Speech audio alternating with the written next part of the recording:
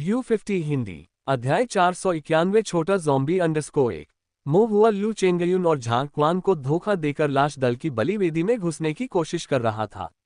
उसे 2 दरवाजों से होकर गुजरना था। एक दरवाजा हॉल का था, दूसरा हॉल के अंदर स्थित भित्तिचित्र था। हॉल का दरवाजा तो आसानी से खुल गया, लेकिन भित्तिचित्र एक बड़ी चुनौती बन गया। सबसे पहले वह नहीं जानता था कि झांग क्वान ने जो हस्तमुद्राएं और मंत्र इस्तेमाल किए थे वे वास्तव में क्या थे, और झांग क्वान ने उनका खुलासा नहीं किया। यदि झांग क्वान उसे बता भी देता तो भी मो हुआ को यकीन नहीं था कि केवल प्रक्रिया की नकल करने से भित्तिचित्र वास्तव में उसके लिए खुल जाएगा। वह ज़ॉम्बी भित्तिचित्र लाश पर चलने वाले गढ़ की सूखी स्याही स्क्रीन की तरह आध्यात्मिक कलाकृति का एक प्रकार का दरवाजा ताला होना चाहिए। यदि यह एक आध्यात्मिक कलाकृति थी तो इसके अंदर अवश्य ही कोई संरचना होगी। इस प्रकार का गठन 5 तत्वों का गठन नहीं था और यह उन गठनों के दायरे में नहीं आता था जिनमें मोहुआ निपुण था। यदि मोहुआ इसे हल करना भी चाहता तो भी शुरुआत करने के लिए कोई रास्ता नहीं था। भले ही वह इसका पता लगा ले, लू चेंगयुन को निश्चित रूप से इसके बारे में पता चल जाएगा। प्रवेश द्वार पर एक्सपोज डस्ट फॉर्मेशन को हल करके लू चेंगयुन इसे पता लगाने में सक्षम था। लाश संरचना के बाहर वेदी के प्रवेश द्वार पर ज़ॉम्बी भित्ति चित्र के ऊपर गुप्त दरवाजा लॉकिंग संरचना को तो छोड़ ही दें, बलपूर्वक संरचना को तोड़ना प्रश्न से बाहर था। मो हुआ ने 1000 जून स्टिक का उपयोग करके लाश चलने वाले गढ़ के अंदर की स्क्रीन को तोड़ दिया, लेकिन ये स्थान लाशों पर चलने वाले गढ़ से अलग था। यहाँ कुछ लेने के बाद ऐसी मारो और भाग जाओ वाली रणनीति काम नहीं करेगी। इसके अलावा लाश खदान सील होने के कारण वह बच नहीं सका। यदि वह भित्ति चित्र को तोड़ देता और वेदी में घुस जाता तो भले ही लू चेंगयुन एक सुअर होता, उसे पता चल जाता कि मोहुआ के मन में गलत इरादे हैं और उसकी योजनाएं कपटपूर्ण हैं। मुझे क्या करना चाहिए? मोहुआ ने खुद को दुविधा में पाया। वह भित्तिचित्र को पार करके 10,000 शवों वाली बलि वेदी में कैसे प्रवेश कर सकता था? जब भी उन्हें मौका मिलता वे इस प्रश्न पर विचार करते, लेकिन लंबे समय के बाद वह किसी भी अच्छे तरीके के बारे में नहीं सोच सका, जब तक कि एक दिन जब वह भित्ति चित्र के पीछे था उसने झांग क्वान को भित्ति चित्र के दरवाजे को बंद करने के लिए एक तंत्र को सक्रिय करते देखा। मो हुआ चौंक गया। एक तंत्र? इस भित्ति चित्र में एक तंत्र है? पहले तो उसने इस पर ध्यान भी नहीं दिया था। मो हुआ ने कुछ और बार देखा और पाया कि यह तंत्र एक साधारण पत्थर का स्लुइस गेट था, जो साधारण था और झांग क्वान द्वारा उपयोग में न होने पर अनदेखा कर दिया जाता था। मो हुआ ने अपनी भौहें सिकोड़ ली।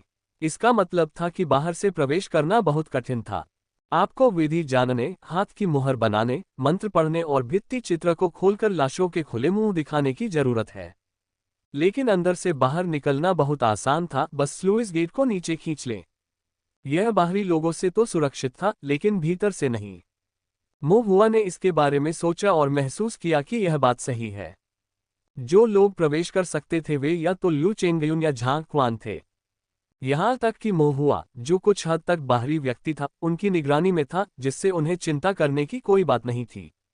इस प्रकार उन्हें केवल बाहर से आने वाले लोगों से सावधान रहने की जरूरत थी, न कि पहले से अंदर मौजूद लोगों से। बाहर अवरोध लगाना उचित था, एक को अंदर रखना अनावश्यक होगा। मो हुआ एक फॉर्मेशन मास्टर होने के नाते हमेशा जटिल फॉर्मेशन पर ध्यान केंद्रित करते थे तथा ऐसे सरल तंत्रों की संभावना की उपेक्षा करते थे।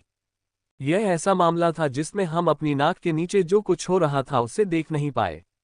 मो हुआ ने सिर हिलाकर खुद को याद दिलाया। सिर्फ इसलिए कि वह एक फॉर्मेशन मास्टर है, उसे पक्षपातपूर्ण नहीं होना चाहिए और केवल फॉर्मेशन पर ही ध्यान केंद्रित नहीं करना चाहिए।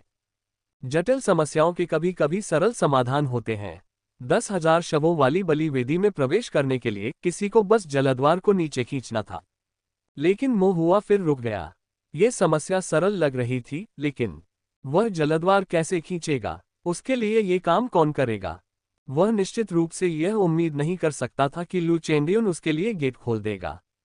मो हुआ ने इस पर विचार किया और महसूस किया कि एक फॉर्मेशन मास्टर के रूप में ज्यादातर मामलों में वह अभी भी केवल फॉर्मेशन का उपयोग कर सकता है। ये सरल सी दिखने वाली समस्या केवल जटिल संरचना से ही हल हो सकती थी। अल्पविराम। अगले कई दिनों तक मो हुआ लगातार अवसरों की तलाश में रहा। अंततः इस दिन लू चेंगयुन को कुछ जरूरी कामों के कारण अपनी फॉर्मेशन तैयार करने के बीच में ही बाहर निकलना पड़ा। मो हुआ तुरंत खड़ा हो गया और झांग क्वान से काफी दूरी बनाए रखी। झांग क्वान ने भौहें चढ़ाकर पूछा, आप क्या कर रहे हैं? मैं आपसे दूर रहूंगा, मो हुआ ने कहा। झांग क्वान की आंखें गहरी हो गईं, तुम्हारा क्या मतलब है? मुझे डर है कि तुम मुझे नुकसान पहुंचाओगे, मो हुआ ने न्यायपूर्वक घोषणा की। झांग क्वान की उसके प्रति नाराजगी कोई रहस्य नहीं थी, यह एक अंधे व्यक्ति को भी स्पष्ट दिखाई देती थी। झांग क्वान ने ठंडे स्वर में कहा, मैं इतना छोटा नहीं हूं। खैर, ये तो बहस का विषय है। कोई किसी का चेहरा तो पहचान सकता है, पर उसका दिल नहीं जान सकता। तुम धोखेबाज दिखते हो और मुझे यकीन है कि अंदर से तुम और भी ज्यादा धोखेबाज हो।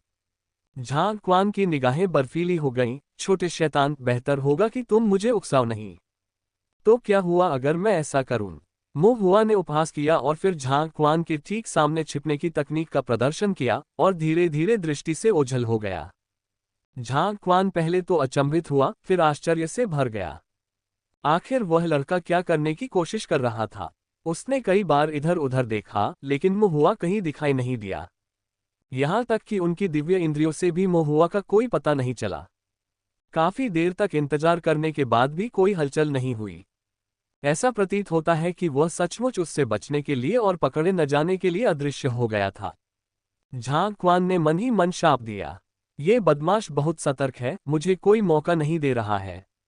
झांग क्वान ने दांत पीसते हुए आसपास के लोगों को आवाज दी, आप कहाँ हैं? बाहर आओ। मैं भाईलू की बात मानूंगा, मैं आपके लिए चीजें मुश्किल नहीं बनाऊंगा, आप निश्चिंत रहिए। अब बाहर आओ। अल्पविराम। स्वाभाविक रूप से मुहुआ ने उस पर कोई ध्यान नहीं दिया। इस समय शवदल के भीतर एक एकांत कोने में अदृश्य मुहुआ ने चुपचाप एक ताबूत खोला। यद्यपि शव संरचना एक संयुक्त संरचना थी, तथापि इसकी उत्पत्ति 10,000 शवों की बड़ी संरचना से हुई थी और इसका आकार बहुत बड़ा था। संरचना के भीतर कई ताबूत रखे गए थे। संरचना के ऊपर एक भव्य बलि वेदी थी। मुंह हुआ जवान और नाटा कद का था। अपनी आकृति और सांसों को छिपाकर वह झांग क्वान की नजर में आए बिना ताबूतों और बलि वेदी के पीछे छिप सकता था। ताबूतों में से एक के अंदर एक छोटा सा ज़ोंबी था, जिसे मुहुआ ने कई दिनों तक देखा था और विशेष रूप से चुना था। बैकवोट बैकवोट बैकवोट। ये चलती हुई लाश ज्यादा पुरानी नहीं थी, शायद 17 या 18 साल पुरानी ही थी और कुछ दिन पहले ही झांग क्वान ने इसे परिष्कृत किया था। इसकी छाती पर आध्यात्मिक धुरी संरचना अभी भी बिल्कुल नई थी और इसके संरचना पैटर्न नए नए रंगे हुए थे। एक 17 या 18 वर्षीय किसान। कौन जानता है कि उसकी मौत स्वाभाविक थी या उसे किसी शव साधक ने मार डाला था, या लू परिवार ने उसकी हत्या कर दी थी। मृत्यु के बाद एक ज़ोंबी में बदल दिया जाना और बुरे कामों के लिए इस्तेमाल किया जाना, एक बाघ की इच्छा की कठपुतली। मुहुआ ने अपने दिल में धीरे से आह भरी। सीमित समय के साथ मुहुआ ने इस मामले पर विचार करना बंद कर दिया और अपने मन को शांत करना शुरू कर दिया। युवा शव के हृदय मेरिडियन में स्थित आध्यात्मिक धुरी संरचना में कुछ गुप्त संशोधन किए। आध्यात्मिक धुरी संरचना के भीतर कुछ अद्वितीय संरचना पैटर्न थे। ये कुछ ऐसा था जिस पर मुहुआ ने पहले ध्यान नहीं दिया था। चूंकि वह जो आध्यात्मिक धुरी संरचनाएं बनाते थे वे आमतौर पर एक ही प्रकार की होती थीं। लू चेंगयुन द्वारा चित्रित संरचना के गुप्त अवलोकन और कई तुलनाओं के बाद, जब तक उन्होंने पूर्ण आत्मा धुरी संरचना चार्ट नहीं देखा, तब तक उन्हें यह एहसास नहीं हुआ कि आध्यात्मिक धुरी संरचना के बारे में उनकी प्रारंभिक समझ में कुछ चूक हुई थी। उन्हें कुछ विस्तृत पहलुओं की जानकारी नहीं थी। यह विवरण था गठन पैटर्न।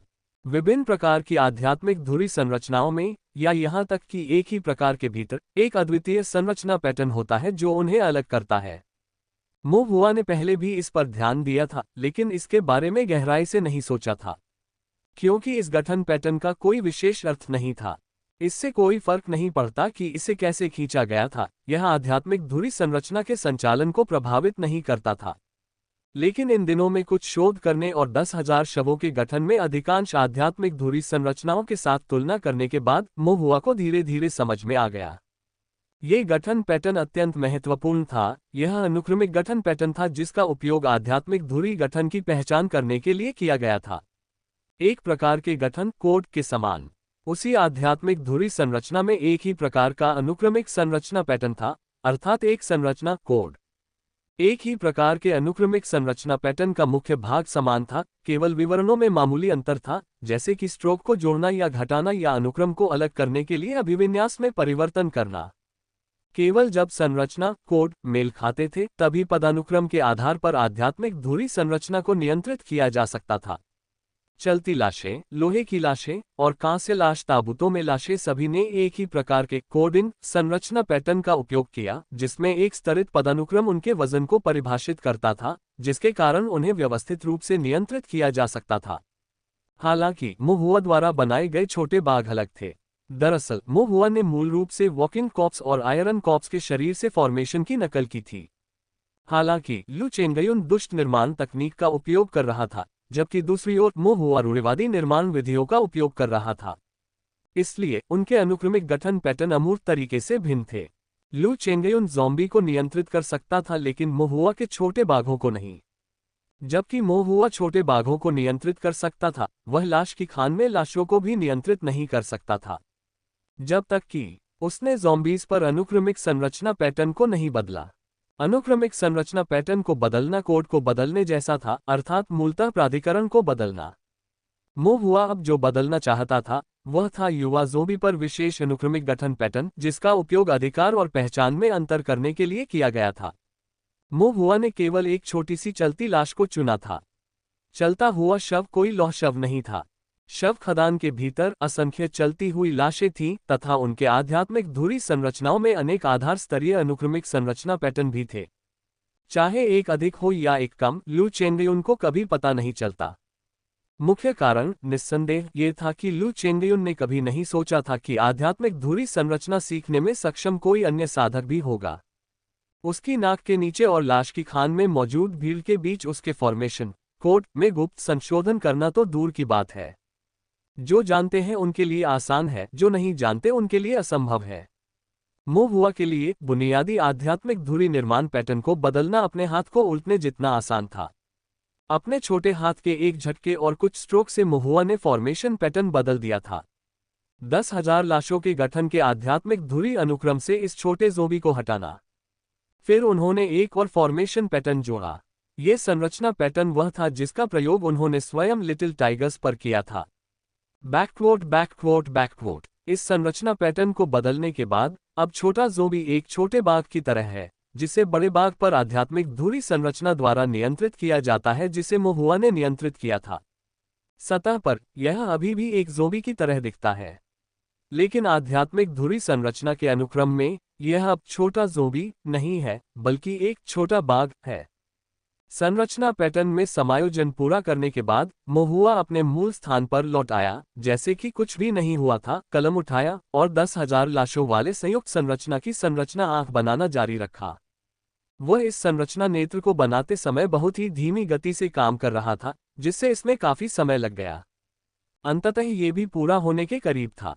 झांग क्वान अभी भी मोहुआ को बाहर आने के लिए कह रहा था, लेकिन पलक झपकते ही मोहुआ वापस अपनी जगह पर आ गया और पूरी तरह से फॉर्मेशन बनाने पर ध्यान केंद्रित कर रहा था। झांग क्वान की अभिव्यक्ति कड़ी हो गई, तुम अब और नहीं दौड़ रहे हो। मोहुआ ने घृणा से कहा, मैं क्यों भागूंगा, वैसे भी तुम मुझ पर हाथ उठाने की हिम्मत नहीं करोगे। झांग क्वान ने नाराज होकर कहा, तो फिर तुम अभी क्या कर रहे थे। मोहुआ ने मुस्कुराते हुए कहा, मैं थोड़ा ऊब गया था, बस मजे के लिए तुम्हें चिढ़ा रहा था। फिर उसने अपने होंठ सिकोड़ते हुए कहा, किसने सोचा था कि तुम इतनी सुस्त हो जाओगी, एक बेवकूफ की तरह मुझे ढूंढने में पूरी तरह से असमर्थ। ये वास्तव में कोई मजा नहीं है।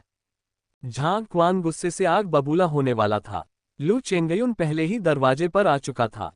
झांग क्वान को अपने गुस्से को दबाना पड़ा। वह लू चेंगयुन से मोहुआ के बारे में बुरा भला कहने ही वाला था, लेकिन फिर उसने सोचा मोहुआ के खिलाफ उसने जो भी शब्द कहे, लू चेंगयुन निश्चित रूप से उस पर विश्वास नहीं करेगा।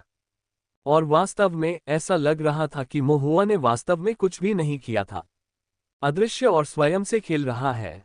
झांग क्वान को स्वयं ऐसी बात कहना बहुत शर्मनाक लगा। झांग क्वान केवल उदास होकर अपना मुंह बंद कर सका। लू चेंगयुन ने दोनों के परस्पर विरोधी भावों को देखा, लेकिन उसे कोई आश्चर्य नहीं हुआ और उसने ऐसे व्यवहार किया जैसे कुछ हुआ ही न हो। फिर भी 10,000 लाशों की विशाल संरचना के भीतर एक एकांत कोने में एक आम ताबूत में एक छोटी सी चलती लाश थी, जिसके अनुक्रमिक संरचना पैटर्न के साथ छेड़छाड़ की गई थी। यह ऐसी बात थी जिसे लू चेंगयुन संभवतः नहीं जान सकता था। उस शाम जब मोहुआ ने लू चेंगयुन की दिव्य इंद्रिय निगरानी को झटक दिया, तो उसने अपना रूप छुपा लिया और चुपचाप हॉल में चला गया। हॉल का दरवाजा बंद था। मो हुआ ने अपनी दिव्य इंद्रिय को मुक्त कर दिया और आसपास किसी को न देखकर अपनी दिव्य इंद्रिय से गुप्त रूप से बिग टाइगर को नियंत्रित किया। दिन के समय उसने बिग टाइगर को हॉल के कोने में छोड़ दिया था। अब मो हुआ की दिव्य इंद्रिय के मार्गदर्शन में बिग टाइगर दरवाजे पर कूद गया, बोल्ट को धक्का देकर खोला और मो हुआ के लिए दरवाजा खोल दिया। हॉल के दरवाजे काफी साधारण थे, उन्हें अंदर से खोलने से फॉर्मेशन सक्रिय नहीं होगा। मो हुआ दरवाजे से होकर अंदर आया और फिर भित्तिचित्र के पास पहुंचा। इसके बाद उन्होंने दिव्य इंद्रिय का उपयोग करके बिग टाइगर को नियंत्रित किया और बिग टाइगर पर आध्यात्मिक धुरी संरचना के माध्यम से छोटे ज़ोंबी पर आध्यात्मिक धुरी संरचना को सक्रिय किया। अनुक्रमिक संरचना पैटर्न मेल खाते थे, उनके कोड समान थे। बड़ा बाघ छोटे ज़ोंबी को नियंत्रित कर सकता था। यह अप्रत्यक्ष नियंत्रण और भी अधिक गुप्त था तथा लू चेंगयुन द्वारा इसका पता लगाए जाने की संभावना भी कम थी। एक क्षण के बाद मो हुआ की दिव्य भावना जागृत हुई। वह छोटे ज़ोंबी के गठन के साथ संबंध महसूस कर सकता था। मो हुआ ने फिर उस छोटे ज़ोंबी को नियंत्रित किया, जिसने ताबूत का ढक्कन धकेल दिया, धीरे धीरे बाहर निकला और दीवार पर लगे गेट स्विच को खींचते हुए प्रवेश द्वार तक चला गया। उसी समय ऊपर के भित्ति चित्र पर स्याही अव्यवस्थित रूप से विलीन हो गई, परतें स्पष्ट हो गईं और एक अर्धमानव अर्ध शव चेहरे में मूर्त हो गईं। ये चेहरा राजसी किंतु क्रूर प्रतीत हो रहा था, जिसकी लालची निगाहें क्रूरता और भय से भरी हुई थीं। इसका चौड़ा खुला मुंह भित्तिचित्र का प्रवेश द्वार बना हुआ था। मो हुआ ने एक पल के लिए इस चेहरे को देखा, चुपचाप इसे याद किया, फिर उसकी आंखें चमक उठीं और वह 10,000 शवों की बलि वेदी के बीच में चला गया। अंदर 10,000 शवों का परिसर स्वर्ण बलिदान वेदी कांस्य शव ताबूत था। दिन के समय जब लोग उसे देख रहे थे वो संयमित था, लेकिन रात के इस समय में आकर देवताओं या भूतों की नजरों से बचकर वह जो चाहे कर सकता था। 10,000 शवों वाली बलिदान वेदी के बीच में जमीन पर खून के निशान थे, हजारों ताबूत पंक्तिबद्ध थे, मोमबत्ती की रोशनी मंद थी और वातावरण में भयानक सन्नाटा था। वहां एक भी व्यक्ति नहीं था, मो हुआ को छोड़कर। जब मो हुआ ने छोटे ज़ोंबी को गेट बंद करने को कहा तो उसके पीछे की भित्तिचित्र मुड़ गई और जिस रास्ते से वे आए थे उसे बंद कर दिया गया। मो हुआ ने सिर हिलाया। यह आध्यात्मिक धुरी संरचना, जो वास्तव में एक परम संरचना होने के योग्य थी, उससे कहीं अधिक व्यावहारिक थी जितना उसने शुरू में सोचा था। फिर उसने वेदी की जांच शुरू कर दी। दिन के दौरान लू चेंगयुन और झांग क्वान के आसपास होने के कारण मो हुआ को कुछ भी अजीब महसूस नहीं हुआ, लेकिन अब रात में उसे अकेले ही महसूस हुआ कि सोने की चमक के बावजूद वह वेदी कहीं अधिक भयावह और विचित्र थी, और उसके भीतर रखे ताबूतों और लाशों का तो कहना ही क्या। मो हुआ थोड़ा घबराया हुआ महसूस कर रहा था।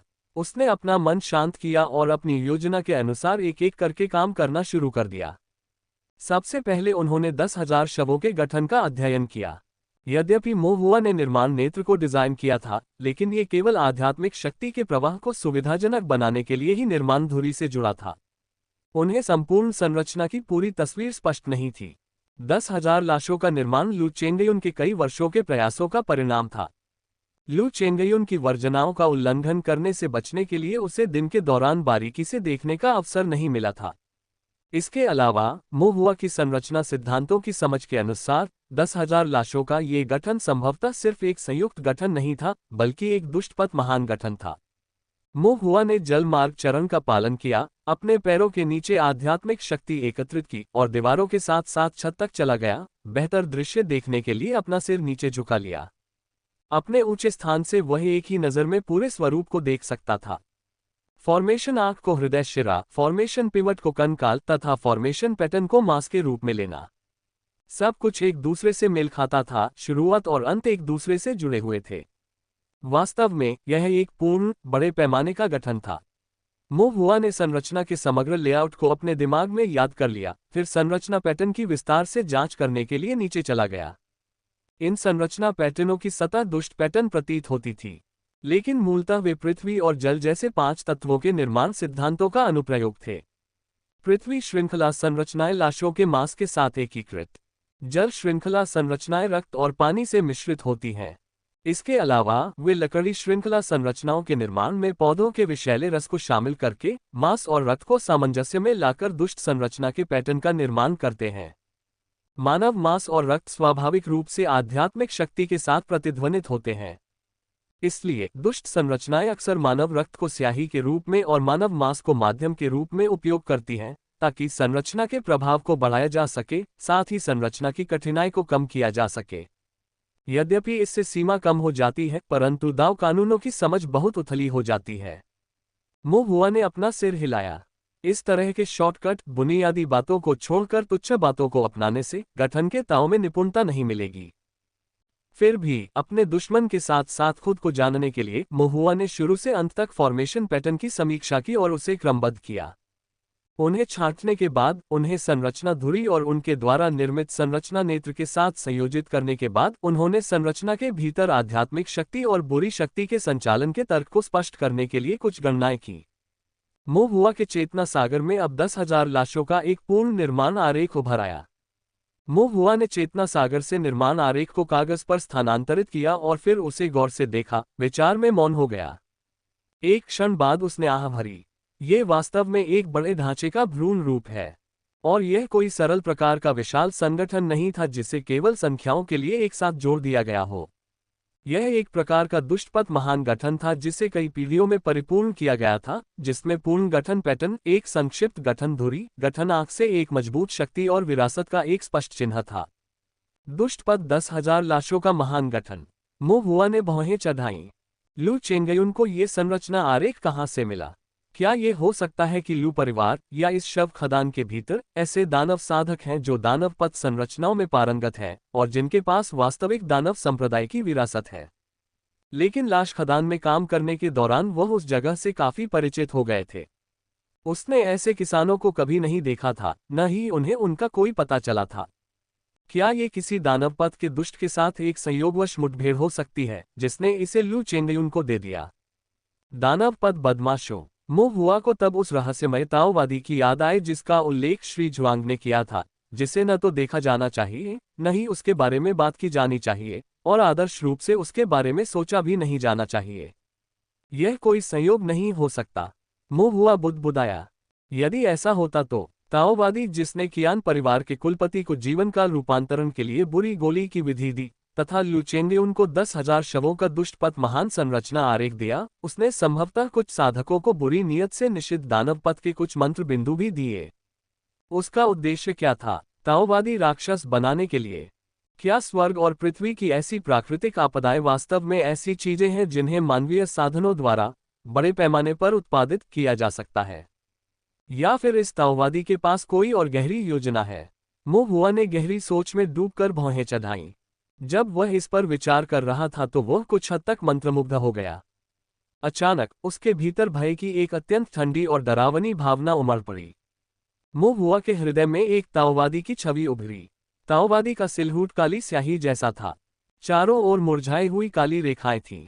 हालांकि ये रेखाएं आपस में मिलकर आकार लेने लगीं। ताओवादी का चेहरा साफ हो गया और एक जोड़ी आंखें धीरे धीरे खुली, गहरी और खोखली, जो मो हुआ की ओर देख रही थीं। मो हुआ को नहीं पता था कि वह कौन था, लेकिन एक पल में वह ताओवादी का नाम जान गया। गुई ताओ, दाओ का साधक जो आधा भूत और आधा रहस्यमय था। मो हुआ को आश्चर्य हुआ और उसने तुरंत अपने मन को शांत किया तथा सभी विचारों को त्याग कर ध्यान में लग गया। लेकिन जितना अधिक वह इसके बारे में न सोचने की कोशिश करता, उतना ही अधिक अनजाने में वह इसके बारे में सोचने लगता और गुई ताओ शब्द उसके होठों से लगभग फिसल जाता। मो हुआ को यह एहसास था कि जैसे ही वह गुई ताओ शब्द बोलेगा, उसे तुरंत ही इस ताओवादी द्वारा खोज लिया जाएगा। बैकवोट बैकवोट बैकवोट, इसे मत पढ़ो, इसे मत पढ़ो। मो हुआ खुद को डांटता रहा, लेकिन जब वह अपने मन को दृढ़तापूर्वक रोक रहा था तो उसका मुंह अचानक अपने आप चला गया और उसने पहला अक्षर गुई सुनाया। ताओवादी की खोखली निगाहें अचानक जीवन से चमक उठी। उसने चुपचाप अपना सिर घुमाया, अपना ध्यान सीधे मो हुआ पर केंद्रित करने के लिए तैयार। मो हुआ की रीढ़ में ठंडक दौड़ गई और हताशा में उसने जल्दी से अपना गाल भींच लिया। उसके गोरे छोटे से चेहरे पर उसकी ही चुटकी से 2 उंगलियों के निशान पड़ गए थे। मो हुआ दर्द से कराह उठा, धीरे से फुफकारने लगा और गुई ताओ के लोग का पूरा नाम नहीं बता पाया। चूंकि नाम नहीं सुनाया गया था, इसलिए मो हुआ को सांस लेने का एक क्षण मिला। क्या करें? प्रेरणा के एक झटके में महुआ ने जल्दी से अपनी आध्यात्मिक स्याही निकाली, अपनी उंगली स्याही में डुबोई और पृथ्वी दाव अर्थ के साथ जुड़ने के लिए अपनी दिव्य भावना का उपयोग करते हुए उसने जमीन पर मोटी पृथ्वी संरचना को चित्रित करना शुरू कर दिया। एक बार जब उन्होंने ड्राइंग फॉर्मेशन शुरू किया तो उनकी दिव्य भावना केंद्रित हो गई और अब वे लक्ष्यहीन रूप से भटकती नहीं थी। वह किसी का नाम लेने के बारे में सोच भी नहीं सकता था, और जिस पृथ्वी दाव अर्थ से वह जुड़ रहा था उसने भी महुआ के दिमाग पर कब्जा कर लिया। प्राचीन अर्थ का एक संकेत फैलने लगा, धीरे धीरे गुई ताओ के लोगों की आभा पर छाने लगा। ... इस बीच एक पहाड़ी पर सूखे पेड़ उगाए बैठे हुए सुन यी ने अपनी आंखें खोली। उसका शरीर गंदा था, उस पर मृतक द्वारा पहना गया गंदा ताओवादी वस्त्र था, उसकी आंखें काली और खाली थीं, उसकी आवाज कर्कश और चिपचिपी थी। कौन? उद्धरण चिन्ह ... मेरा नाम पढ़ना चाहता है। बहुत परिचित। उसने अपनी आंखें बंद कर ली, फिर अचानक उन्हें खोल दिया। उसकी हमेशा खाली रहने वाली निगाह में भ्रम की झलक थी। पृथ्वी दाव का अर्थ, पृथ्वी संप्रदाय का शिष्य। ऐसा कैसे हो सकता है? माइना वाइल्डनेस स्टेट बाउंड्री में पृथ्वी संप्रदाय का एक शिष्य कहां से आया, और वह मेरा नाम क्यों पढ़ रहा होगा? कुछ ठीक नहीं है। सुन यी ने अपना दाहिना हाथ आगे बढ़ाया, जिसकी कई उंगलियां टूटी हुई थीं और एक अजीब आकार में मुड़ी हुई थीं, मानो वह कुछ गणना कर रहा हो। कुछ कारण और प्रभाव आपस में जुड़ने लगे। पृथ्वी दाव अर्थ, मोटी पृथ्वी संरचना। वहां एक किसान है, एक फॉर्मेशन मास्टर, कद में छोटा नहीं, बहुत युवा, और इसके साथ ही कारण और प्रभाव का सिलसिला समाप्त हो गया। यह अस्पष्ट एवं अप्रभाषित रहा।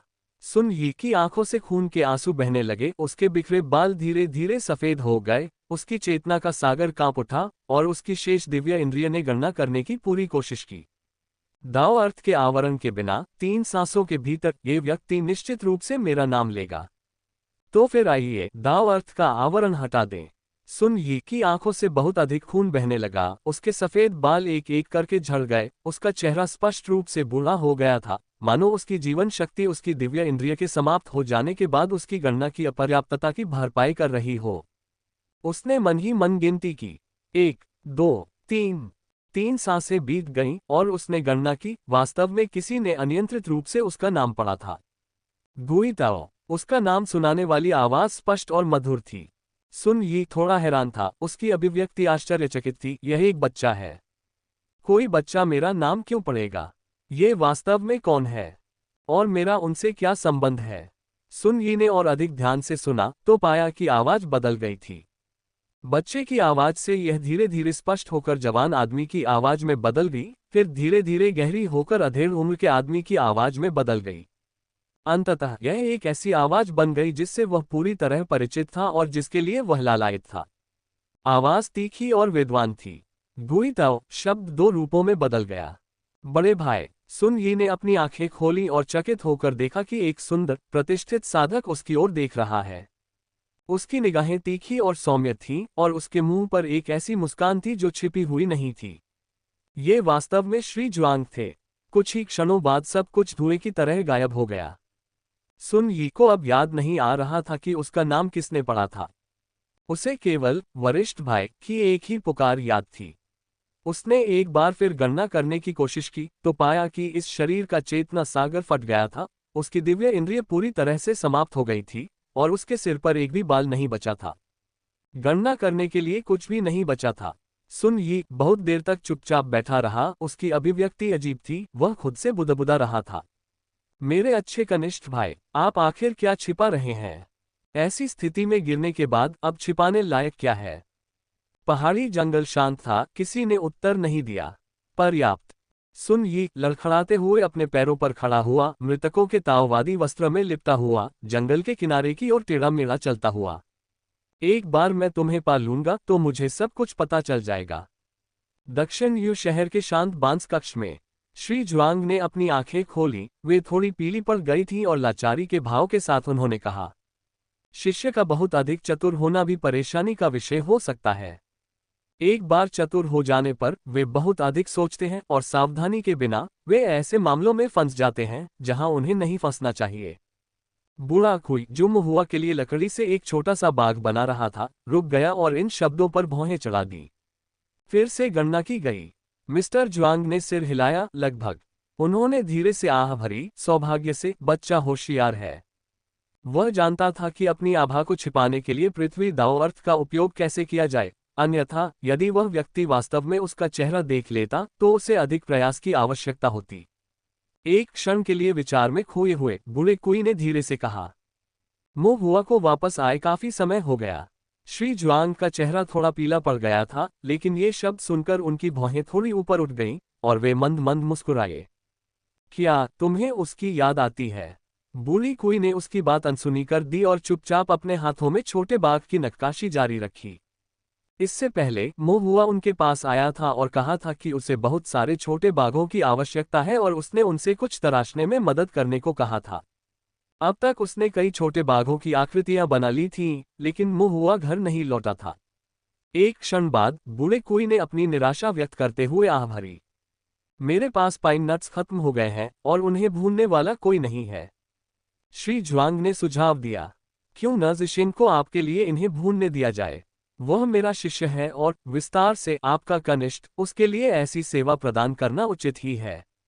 बूढ़े कुई ने कुछ हद तक तिरस्कारपूर्ण स्वर में कहा, बाय परिवार के शिष्य केवल तलवार और भाले लहराने के लिए ही अच्छे हैं, इसके अलावा और कुछ नहीं।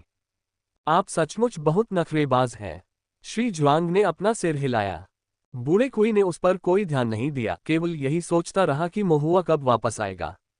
लेकिन वह इसका पता नहीं लगा सका, इसलिए उसने श्री ज्वांग से पूछा, कितना लंबा? श्री ज्वांग ने अपनी उंगलियां भींच लीं और दूर स्थित खदानों की ओर नजरें घुमाईं। उनकी आंखें झपक रही थीं और उन्होंने धीरे से कहा, जल्द ही, मुझे लगता है। श्री ज्वांग की अभिव्यक्ति गहन थी। उन्होंने फॉर्मेशन में महारत हासिल कर ली है। वह वस्तु लगभग परिष्कृत हो चुकी है। लाश क्यों फैल रही है, स्वर्गीय रहस्य कलंकित हो रहे हैं। दक्षिण यू शहर के सामने यह विपत्ति छोटी नहीं है, ये देखना बाकी है कि बच्चा इससे कैसे निपटेगा। बूढ़ी कुई ने सिर हिलाया। श्री ज्वांग ने फिर से शहर के बाहर खदानों की ओर देखा। खदानों के ऊपर खनन कृषक थे, जो अपनी दयनीय स्थिति में जी रहे थे। वे कुछ भी नहीं जानते थे और फिर भी प्रतिदिन लगन से काम करते थे। श्री ज्वांग ने दुख व्यक्त करते हुए कहा, जब भी स्वर्ग और पृथ्वी पर कोई बड़ी विपत्ति आती है, तो सबसे निचले स्तर पर बैठे साधकों को ही सबसे अधिक कष्ट उठाना पड़ता है। आप फिर से भावुक हो रहे हैं। बूढ़ी कुई की आवाज लकड़ी जैसी लग रही थी। श्री ज्वांग खुद पर हंसे। इसमें कोई मदद नहीं, मैं बूढ़ा हो रहा हूं। बूढ़े कुई ने श्री ज्वांग की ओर देखा, उनकी आंखों में गहरा खेद और उदासी झलक रही थी। उसने कुछ नहीं कहा और अपना सिर नीचे झुकाकर छोटे बाघ की नक्काशी करना जारी रखा। एक के बाद एक प्रहारों से उनकी तकनीक कुशल होती गई और लकड़ी के टुकड़े गिरने लगे, जिससे छोटे बाघ का आकार स्वाभाविक रूप से परिभाषित होता गया। फिर बांस कक्ष अचानक शांत हो गया। थोड़ी देर बाद बूढ़े कुई ने अचानक कहा, मैं तुम्हारे वरिष्ठ भाई को मार डालूंगा। श्री ज्वांग आश्चर्यचकित रह गए। उसे मार दो और तुम कुछ और साल जी सकोगे? बूढ़े कुई की आवाज ठंडी और तीखी थी। श्री ज्वांग के हृदय में गर्मजोशी उमड़ पड़ी, उनके सुडौल चेहरे पर एक शांत मुस्कान उभर आई। धन्यवाद। फिर क्षमा याचना के संकेत के साथ उन्होंने कहा, आपने मेरी बहुत मदद की है और मेरे दिन गिने हुए हैं, मुझे डर है कि मैं आपकी मदद नहीं कर पाऊंगा। बूढ़े कुई ने अपना सिर हिलाया, भले ही आप संप्रदाय की भावनाओं की उपेक्षा करते हैं, मैं उसे मारने के लिए स्वर्गीय कठपुतली का उपयोग कर सकता हूं, और यदि आप कुछ और दशक जीवित रहते हैं, तो आप अभी भी मेरी मदद करने में सक्षम हो सकते हैं। श्री ज्वांग थोड़ी देर के लिए चुप रहे, फिर अपना सिर हिलाया और आह भरी। उसे अब और नहीं मारा जा सकता। बूढ़े कुई ने भौहें चढ़ाईं, क्या ताओवादी हृदय में शैतान को रोकना सचमुच इतना कष्टकारी है?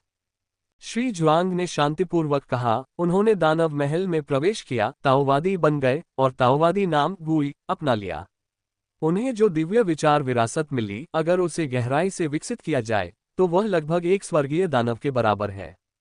वह पहले बहुत सतर्क था, यहां तक कि पवेलियन के बुजुर्ग भी उसके खिलाफ कुछ नहीं कर सकते थे।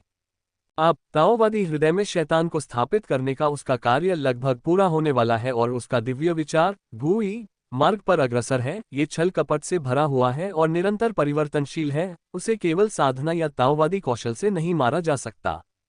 बूढ़ा कोई भी चुप हो गया, उसकी वृद्ध आंखों में अनिश्चित भावनाएं छिपी थीं। बिना कोशिश किए तुम्हें कैसे पता चलेगा? श्री जुआंग ने आह भरते हुए कहा, आप कोशिश कर सकते हैं, और वह मर भी सकता है, लेकिन यह अनिश्चित है कि अंत में कौन मरेगा, और क्या वह सचमुच मर गया, ये किसी को भी पता नहीं चलेगा।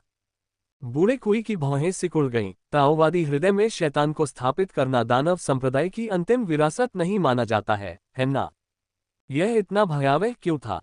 श्री जुआंग के चेहरे पर एक जटिल भाव उभर आया। ताओवादी हृदय में शैतान का रोपण करना कोई बड़ी बात नहीं है, लेकिन मेरे वरिष्ठ भाई वो परम दिव्य विचार के साधक हैं।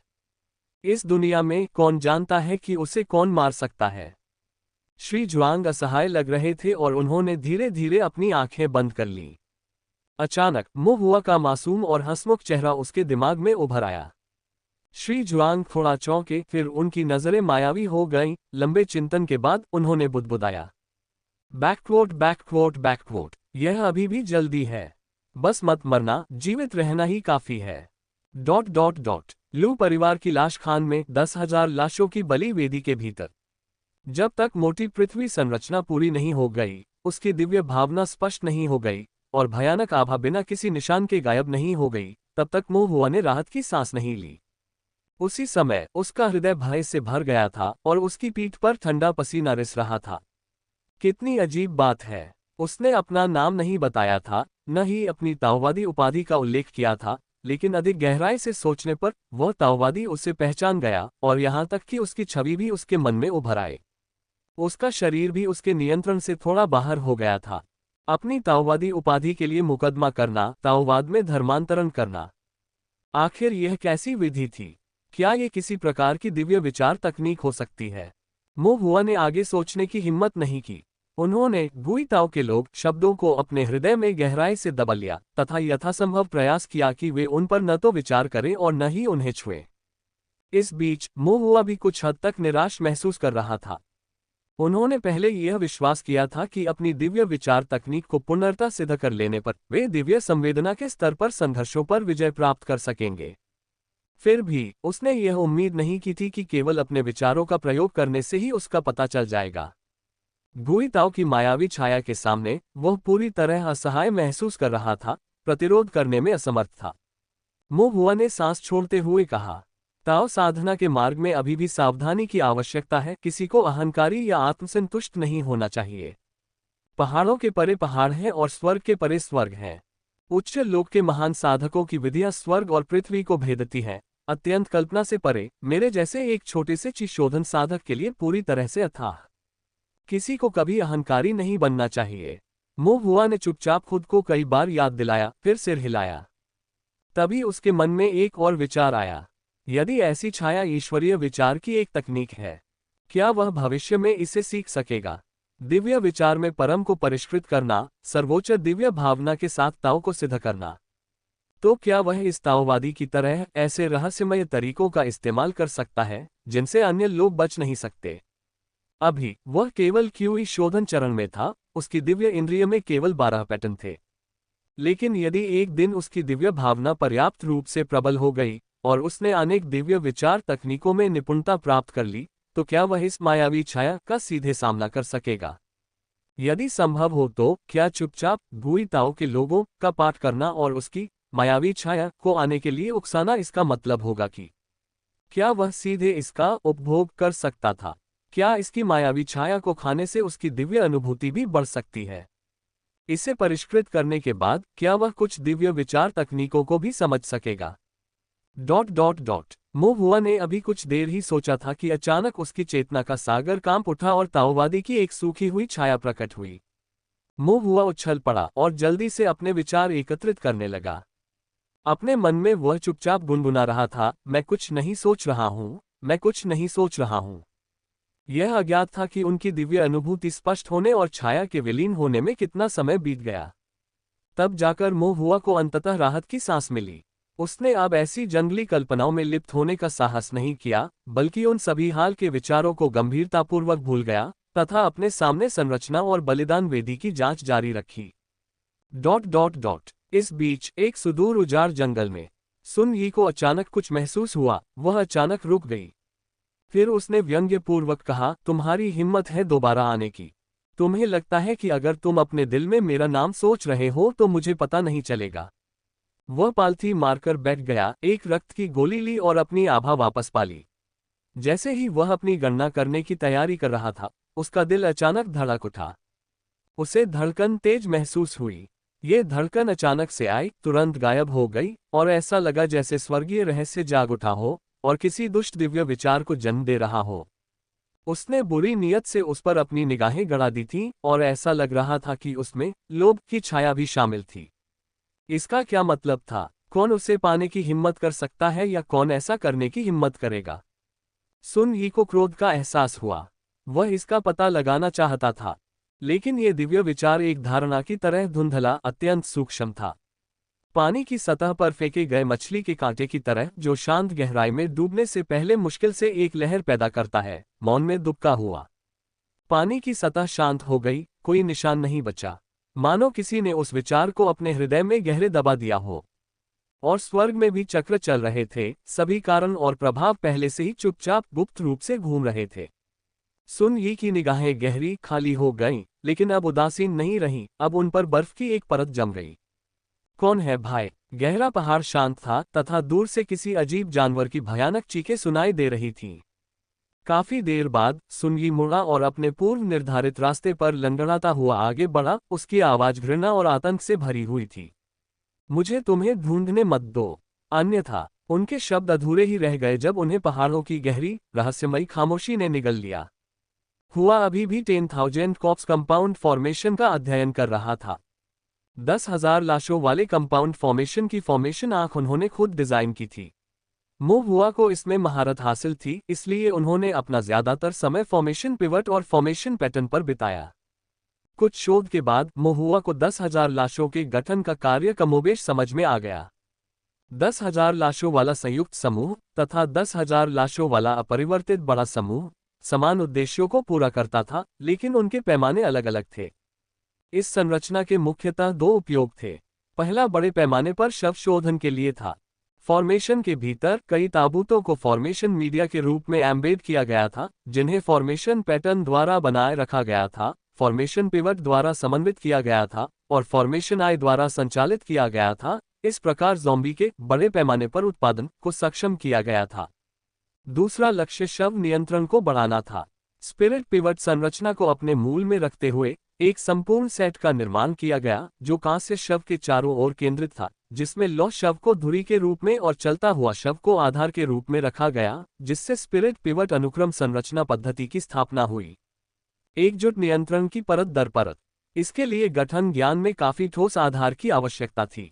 यद्यपि लू चेंगयुन की योजनाएं धार्मिक नहीं थीं, फिर भी उसके पास गठन में वास्तविक प्रतिभा और कौशल था। बात सिर्फ इतनी है कि उसने अपने विचारों को धर्मी दांव पर लागू नहीं किया। हुआ ने अपना सिर हिलाया। उन्होंने 10,000 शवों के निर्माण पर अपना शोध लगभग पूरा कर लिया था और अगली पंक्ति में वेदी थी। स्वर्ण वेदी चमक उठी। बीस्ट गोल्ड धूपबत्ती से कलिंग धुआं निकल रहा था। एमरल्ड कैंडल होल्डर अति सुंदर और शानदार था और मोमबत्ती की रोशनी टिमटिमा रही थी। हालांकि यह मोमबत्ती की रोशनी कुछ हद तक डरावनी थी और मोमबत्तियों पर लगा मोम, जो लाश की चर्बी जैसा दिखता था, ऐसा लग रहा था कि यह न जाने कितने लोगों की मौत से बना है। वेदी पर 5 रंगों वाले आध्यात्मिक फूल, सोने की किनारी वाले झंडे और जियाओ ड्रैगन पैटर्न वाले लालटेन रखे गए थे। वेदी के सामने सुअर और भेड़ का आध्यात्मिक मांस प्रस्तुत किया गया। यह आध्यात्मिक मांस बहुत कीमती था। बाहर जी जान से लड़ रहे खनन कृषकों को शायद अपने जीवन में एक बार भी ऐसी विलासिता का स्वाद नहीं मिल पाएगा। हुआ ने धीरे से आह भरी। पीले कपड़े से ढकी वेदी पर प्रदर्शित वस्तुएं विचित्र आकार की थीं, जो मूर्तियों, राक्षस जानवरों या यहाँ तक कि सूखी लाशों जैसी दिखती थीं। यहाँ तक कि दिव्य इंद्रियां भी उनकी जांच नहीं कर सकी। ये पहचान पाना असंभव था कि वे वास्तव में क्या थे। क्या मुझे इसे उठाकर देखना चाहिए? हुआ का हाथ आधे तक पहुंचा, फिर रुक गया। वह अपने दिल में हिचकिचाया। अगर वह इसे उठा ले तो क्या कोई खतरा हो सकता है? और क्या लू चेंगयुन को इसका पता चलेगा? क्या होगा यदि प्रस्तुत किया गया प्राणी कोई खतरनाक प्राणी हो, जैसे कि ज़ोंबी या राक्षस जानवर, जहां अनावरण का अर्थ होगा खोलना? यद्यपि वह जल पारगमन चरण या छिपाव तकनीक का उपयोग करके बच सकता था, लेकिन अपनी साधना का उपयोग करके उसे दबाना संभवतः असंभव होगा। यदि यह खतरनाक इकाई हंगामा करती, तो यह निश्चित रूप से लू चेंगयुन को चिंतित कर देती। और यदि अंदर कोई खतरनाक चीज नहीं बल्कि चिंतन मानचित्र जैसी कोई चीज हो जिसमें लकड़ी की मूर्तियों या पत्थर की नक्काशी से जुड़े बुरे विचार और भूत हों, तो भी वह खतरे में होगा। गुई ताओ के लोगों और उनकी गुई छाया से मुलाकात के बाद से महुआ बहुत अधिक विनम्र हो गया था। अब उसे ऐसा नहीं लगता था कि उसके दिव्य विचार का प्रकटीकरण निर्भयता से हत्या कर सकता है। मामलों से निपटते समय सतर्क रहना बेहतर था, विशेषकर अज्ञात खतरों के मामले में बिना गहन जानकारी के जल्दबाजी में कोई कदम न उठाना ही बेहतर है। महुआ को जिज्ञासा से कुछ बेचैनी हो रही थी। वह वास्तव में जानना चाहता था कि वेदी पर पीले कपड़े के नीचे क्या रखा है, लेकिन उन्होंने इसे उजागर करने की हिम्मत नहीं की। महुआ एक क्षण के लिए दुविधा में पड़ गया और अंततः उसे इसे छोड़ना पड़ा। अफसोस करने के बजाय सुरक्षित रहना बेहतर है। लाश की खदान के अंदर ये दक्षिण यू शहर जैसा नहीं था। उसे बाहर निकालने के लिए कोई गुरु नहीं था, उसकी मदद करने के लिए कोई साथी शिष्य नहीं था। यदि संभव हो तो कायरतापूर्ण होना बेहतर था। अनिच्छा से महुआ ने अपनी दृष्टि वेदी से हटाकर 10,000 शवों वाली संयुक्त संरचना के केंद्र की ओर, संरचना की आंख के ऊपर कांस्य ताबूत की ओर मोड़ दी। इस कांस्य ताबूत की आध्यात्मिक धुरी संरचना में अंतिम अनुक्रमिक संरचना पैटर्न समाहित था। यदि संरचना ने अपना निर्दिष्ट महत्व ग्रहण कर लिया तो ताबूत के भीतर मौजूद जोबी को इसके शोधन पर सर्वोच्च अधिकार प्राप्त होगा, जो फाउंडेशन स्थापना चरण के लौह शवों को नियंत्रित करने में सक्षम होगा और इस प्रकार पूरे शव खदान में सभी चलने वाले शवों पर नियंत्रण कर सकेगा। लू चेंगयुन आध्यात्मिक धुरी संरचना के माध्यम से शव नियंत्रण में महान निपुणता प्राप्त करेगा। वह न केवल लू परिवार का मुखिया होगा बल्कि माइनर वाइल्डनेस राज्य सीमा में जोबी सुप्रीम भी होगा। महुआ ने अपनी थोड़ी को सहारा दिया। उसके भीतर योजनागत विचार उबल रहे थे। क्या होगा अगर मैं इस कांस्य ताबूत को नष्ट कर दूं? या फिर क्या होगा यदि मैं संपूर्ण 10,000 कॉप्स कंपाउंड फॉर्मेशन को ध्वस्त कर दूं? बस एक बार और हमेशा के लिए ये काम निपटा दो। लू चेंगयुन की महत्वाकांक्षाओं को सीधे काट दो। उसकी शताब्दी भर की मेहनत बेकार चली गई, उसकी कड़ी मेहनत राख में बदल गई। महुआ ने इस पर सोचा और फिर अपना सिर थोड़ा हिलाया। गणना में समय लगेगा, रिवर्स्ड स्पिरिट फॉर्मेशन बनाने में भी समय लगता है। लू चेंगयुन, हालांकि वह सतर्क था, उसे ऐसा अवसर प्रदान नहीं कर सका। नहीं, महुआ ने अपनी भौहें सिकुड़ी और फिर सोचा। अभी भी एक मौका था। जब तक वह धैर्य बनाए रखेगा, अंततः एक अवसर स्वयं ही सामने आ जाएगा। परिवार के मुखिया के रूप में लू चेंगयुन के पास कई काम थे और वह हर समय इस जगह पर नजर नहीं रख सकते थे। एक क्षण की लापरवाही महुआ को रिवर्स्ड स्पिरिट फॉर्मेशन कोलैप्स को ट्रिगर करने का अवसर दे देगी। फिर एक धमाके के साथ लू चेंगयुन की सदियों पुरानी नींव नष्ट हो जाएगी। लेकिन अगर पतन हो जाए तो क्या होगा? महुआ ने सोचना जारी रखा। क्या लाश खदान भी ध्वस्त हो जाएगी? क्या वह अब भी बच निकलने में सक्षम होगा? तो क्या उससे पहले रिवर्स्ड स्पिरिट फॉर्मेशन स्थापित करना चाहिए, भागने का रास्ता खोजना चाहिए और फिर फॉर्मेशन पतन को प्रेरित करने के लिए कठपुतलियों का उपयोग करना चाहिए? लेकिन ये खदान के अंदर गहराई में था। अगर कोई धंस गया तो इससे अप्रत्याशित विस्फोट और धंसने की संभावना हो सकती है, जिससे संभवतः एक श्रृंखलाबद्ध प्रतिक्रिया शुरू हो सकती है। न केवल लाश खदान बल्कि पूरा पहाड़ ही नष्ट हो सकता है। उस समय तक न केवल 10,000 शवों वाला परिसर ढह जाएगा बल्कि शव खदान भी ध्वस्त हो जाएगी, शव साधक मर जाएंगे और यहाँ तक कि निकटवर्ती खदानों में काम करने वाले गरीब खनन साधक भी आध्यात्मिक शक्ति के झटके और खदान के ढहने के कारण अपनी जान गंवा देंगे। खनन काश्तकारों को पहले ही खाली करा दिया जाए। महुआ ने एक क्षण सोचा और महसूस किया कि यह अभी भी काम नहीं करेगा। ये खदानें लू परिवार की थीं। अंदर मौजूद खनन काश्तकारों को बाहर निकालने से लू परिवार निश्चित रूप से चिंतित हो जाएगा। एक बार लू परिवार को संदेह हो गया तो कार्रवाई करना इतना आसान नहीं होगा। इसके अलावा महान संरचना के विघटन की शक्ति बहुत अधिक थी। लेकिन यह एक संयुक्त संरचना थी, शायद इसकी शक्ति उतनी अतिरंजित नहीं थी जितना उसने सोचा था। अधिक से अधिक इससे 10,000 लाशों का समूह ध्वस्त हो जाएगा और कांस्य ताबूत नष्ट हो जाएगा। लेकिन एक बार जब कांस्य ताबूत नष्ट हो गया, आध्यात्मिक धुरी संरचना का उच्चतम अनुक्रमिक संरचना पैटर्न कार्य करना बंद कर देगा। क्या इसके परिणामस्वरूप अन्य ज़ोंबी अपना नियंत्रण खो देंगे? एक बार जब ज़ोंबी नियंत्रण खो देते तो वे सहज रूप से मांस और रक्त की लालसा करते और लोगों को अपना शिकार बनाते।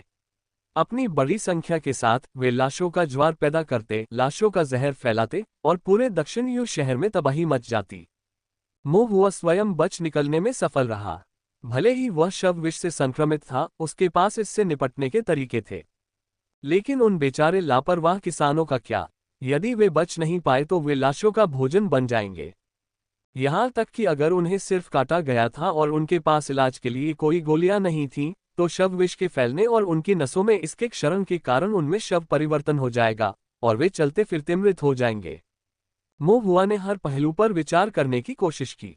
ऐसा लगता था कि चाहे वह कुछ भी सोचे या करे, हमेशा कुछ ना कुछ चूक हो ही जाती थी, जिससे सभी आधारों को कवर करना बहुत कठिन हो जाता था। चीजें समस्याग्रस्त होती जा रही थीं। मो हुआ ने आह भरी। कांस्य ताबूत पर संरचना के साथ सीधे छेड़छाड़ के बारे में क्या? मो हुआ ने अपने सामने रखे कांसे के ताबूत को देखा। वह अक्सर दिन के दौरान इस ताबूत को देखता था और यहां तक कि जब लू चेंगयुन आत्माधुरी दुष्ट संरचना बना रहा होता था, तब भी वह बगल से झांकता था। एक बाहरी ताबूत और एक आंतरिक ताबूत। लू चेंगयुन की आकृति ताबूत के भीतर आंतरिक कांस्य संदूक पर बनाई गई थी। ये सीधे तौर पर लाशों के शरीर पर नहीं बनाया गया था। लेकिन कांसे के ताबूत के अंदर वास्तव में क्या था, और क्या वहां कोई ज़ोंबी था? यदि हाँ, तो वे किस स्तर के ज़ोंबी थे?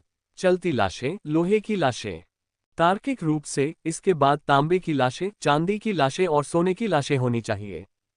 कांसे का ताबूत, क्या इसके अंदर तांबे की लाश हो सकती है? लेकिन लू चेंगयुन के लहजे को देखकर ऐसा नहीं लग रहा था। यदि यह एक कॉपस होता तो ये काफी शक्तिशाली होता, संभवतः फाउंडेशन एस्टेब्लिशमेंट लेट स्टेज की खेती के साथ।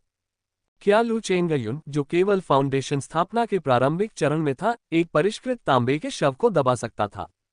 यदि वह इसे दबा नहीं सका और फिर भी इसे परिष्कृत करने का प्रयास किया, तो क्या यह मृत्यु की मांग नहीं होगी? जो लोग शव शोधन से प्रभावित होंगे, उन्हें निश्चित रूप से लाश द्वारा पूरी तरह से खा लिया जाएगा तथा उनके शरीर में कोई हड्डी नहीं बचेगी। लू चेंगयुन चतुर था, वह निश्चित रूप से ऐसी मूर्खतापूर्ण गलती नहीं करेगा। लेकिन अगर ये तांबे की लाश नहीं थी, तो फिर यह किस प्रकार की लाश थी? बहुत विचार विमर्श के बाद मो हुआ को अचानक एक बुनियादी सवाल का एहसास हुआ। वह चलती लाशों, लोहे की लाशों, तांबे की लाशों, चांदी की लाशों और सोने की लाशों के बीच का अंतर भी नहीं जानता था। अपनी बड़ी योद्धा बहन से ये नाम सुनने के अलावा उसे शव शोधन के बारे में बिल्कुल भी समझ नहीं थी। वह पूर्णतः एक साधारण व्यक्ति था, ठीक उसी प्रकार जैसे एक साधक जो संरचनाओं को नहीं समझता, अनुभव के आधार पर संरचनाओं के मुद्दों पर विचार करता है। वह भी कल्पना के आधार पर शव शोधन की श्रेणियों पर अटकलें लगा रहे थे। जब एक आम आदमी किसी विशेषज्ञ की समस्याओं पर विचार करने का प्रयास करता है तो उसके लिए अनुमान लगाना बहुत आसान होता है। क्या परिष्कृत शवों की गुणवत्ता में कोई अंतर होता है? क्या सोना, चांदी, तांबा और लोहा ग्रेड यह प्रकार है? विभिन्न शवों के प्रभाव और वर्जनाएं क्या हैं? वह ये सब कुछ स्पष्ट रूप से समझ पाया। साधारण चलती लाशों और लोहे की लाशों से निपटने के लिए उसका सही ज्ञान पर्याप्त हो सकता है। लेकिन लू चेंगयुन स्पष्ट रूप से शव शोधन की एक अधिक उच्च स्तरीय विधि का उपयोग कर रहा था और आधे अधूरे अनुभव से शायद कुछ भी पता नहीं चल पाएगा। और इसलिए मो हुआ फिर से चिंतित था। अभ्यास से सच्चा ज्ञान प्राप्त होता है, लेकिन वह निश्चित रूप से सिर्फ शव शोधन सीखकर और फिर इन चीजों को समझने के लिए खुद ही शवों को परिष्कृत नहीं कर सकता था। मो हुआ ने इसके बारे में सोचा और महसूस किया कि उसके लिए वास्तव में लाशों को परिष्कृत करना असंभव था। लेकिन शव साधकों से शव शोधन पर कुछ पुस्तकें चुराना और समय मिलने पर उन्हें पढ़ना आवश्यक हो सकता है, ताकि वे स्वयं को और शत्रु दोनों को समझ सकें। खेती की दुनिया खतरनाक है। साधना जगत में जीवित रहने के लिए साधकों को विभिन्न प्रकार के ज्ञान की आवश्यकता होती है। कुछ चीजें अधूरी रह सकती हैं, लेकिन अनजान नहीं रह सकती। अन्यथा एक बार जब आप ज्ञान अवरोध का सामना करते हैं, तो चाहे आप कितने भी बुद्धिमान क्यों न हो, ये बेकार है और आप स्वयं को भी चकमा दे सकते हैं, अपना भाग्य स्वयं तय कर सकते हैं और यह जाने बिना मर सकते हैं कि आपकी मृत्यु कैसे हुई। मो हुआ ने थोड़ा सिर हिलाया, फिर कांस्य ताबूत खोलने का प्रयास किया। कांस्य ताबूत को एक बाहरी ताबूत और एक आंतरिक ताबूत में विभाजित किया गया था। ताबूत के अंदर शव शोधन था। वह केवल ताबूत खोलेगा, ताबूत नहीं। लू चेंगयुन की तरह जोखिम न्यूनतम होना चाहिए। लेकिन मो हुआ ने यह अनुमान नहीं लगाया था कि वह बाहरी ताबूत भी नहीं खोल पाएगा। पूरा कांस्य ताबूत सीलबंद सा लग रहा था।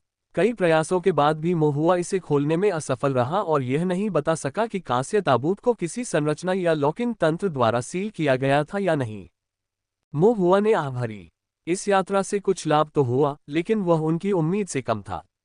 उन्होंने 10,000 शवों के गठन का गहन अध्ययन किया था, लेकिन वेदी पर क्या चढ़ाया गया या कांस्य ताबूत में क्या सील किया गया, यह अभी भी स्पष्ट नहीं था। लगता है मुझे कोई दूसरा रास्ता सोचना होगा। महुआ की नज़र थोड़ी सी बदल गई और वह चुपचाप सोचने लगा। हुआ चुपके से 10,000 शवों वाली बलि वेदी से बाहर निकल गया। जाने से पहले उसने बड़ी सावधानी से सब कुछ फिर से जांच लिया ताकि यह सुनिश्चित हो सके कि उसने कोई निशान नहीं छोड़ा है जो लू चेंगयुन या झांग क्वान द्वारा खोजा जाएगा। छोटा जोबी ताबूत में अच्छी तरह से लेटा हुआ था। बिग टाइगर हॉल के भीतर अच्छी तरह से छिपा हुआ था।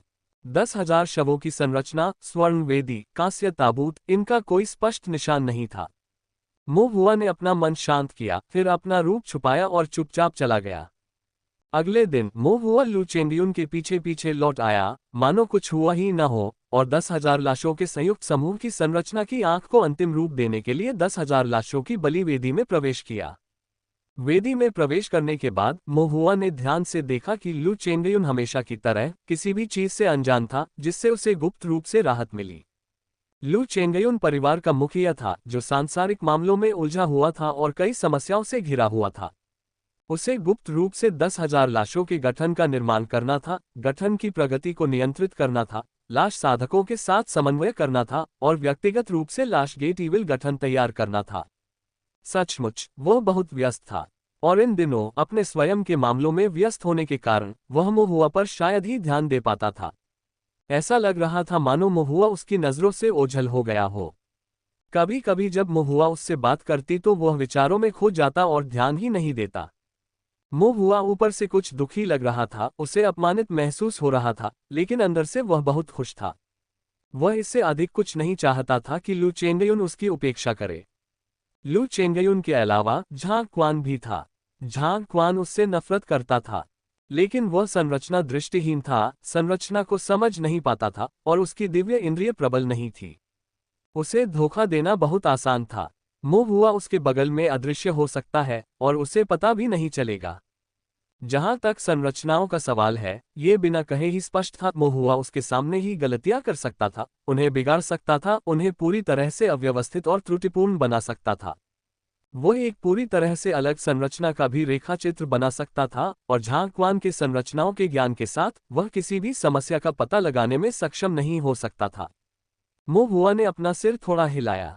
वास्तव में हमें अधिक पुस्तकें पढ़नी चाहिए, ताओ साधना ज्ञान के बारे में अधिक सीखना चाहिए। अन्यथा आपको कभी भी पता नहीं चलेगा कि आप मूर्ख बन गए हैं। किसी का ध्यान न जाने के कारण महुआ को राहत महसूस हुई। इसके बाद के दिनों में महुआ ने अपना ध्यान लाश खदान में लाश की खेती करने वालों की ओर लगाया।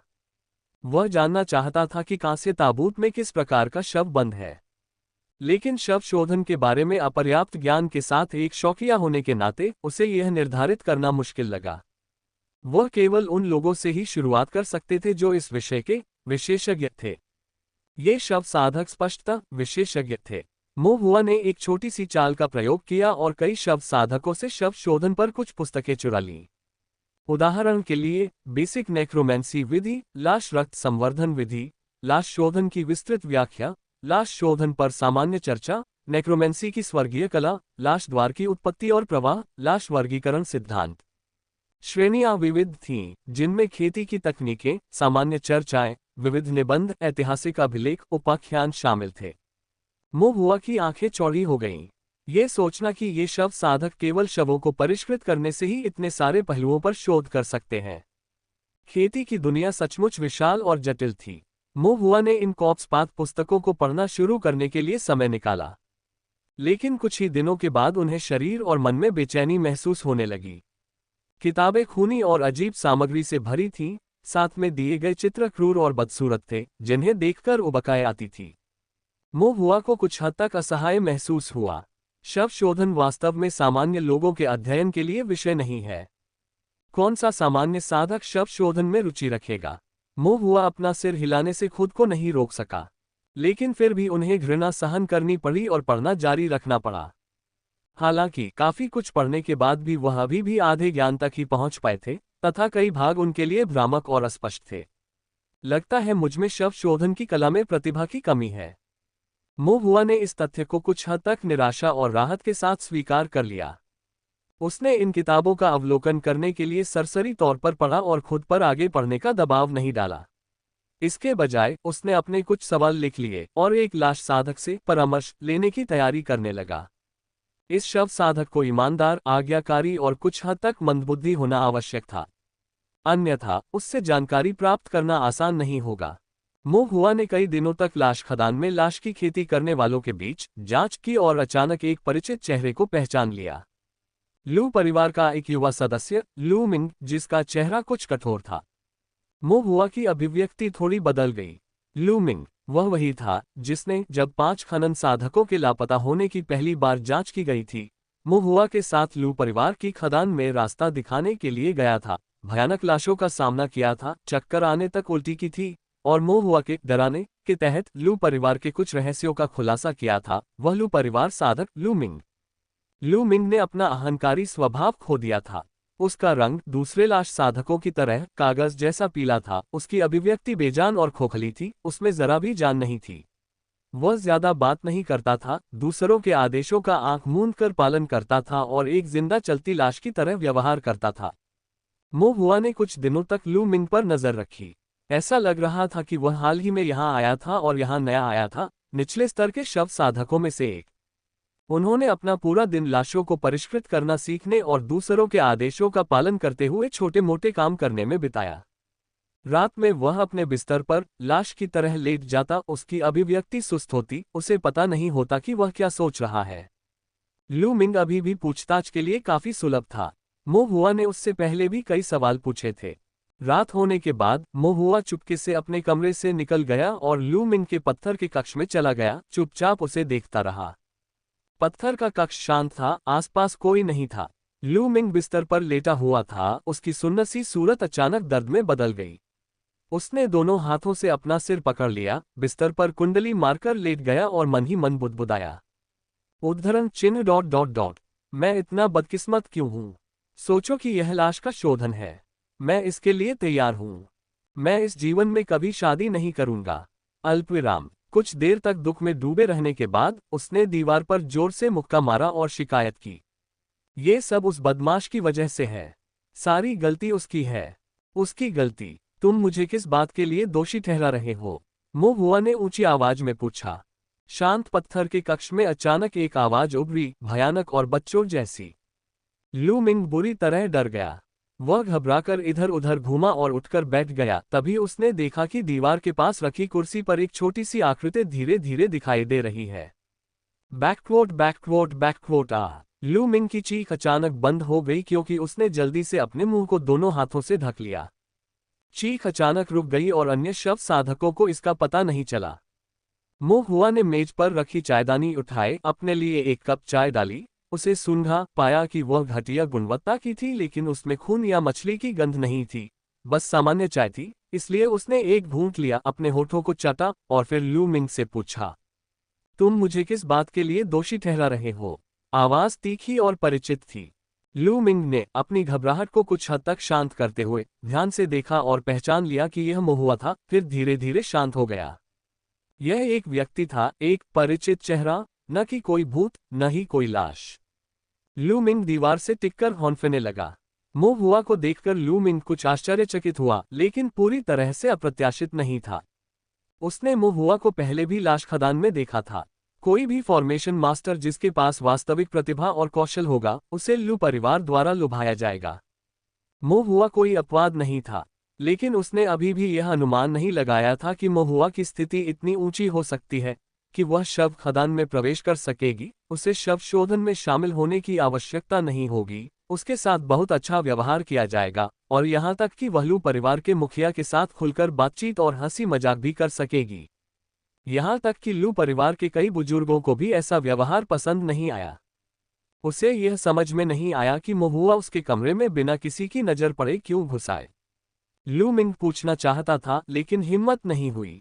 एक साधक जिसे परिवार के मुखिया का समर्थन प्राप्त हो और जिसके साथ अच्छा व्यवहार किया जाता हो, चाहे वह कितना भी युवा क्यों न हो, वह ऐसा व्यक्ति नहीं था जिस पर वह, जो कभी लू परिवार का एकमात्र शिष्य था और अब शव खदान में एक छोटा शव साधक है, प्रश्न उठा सकता था।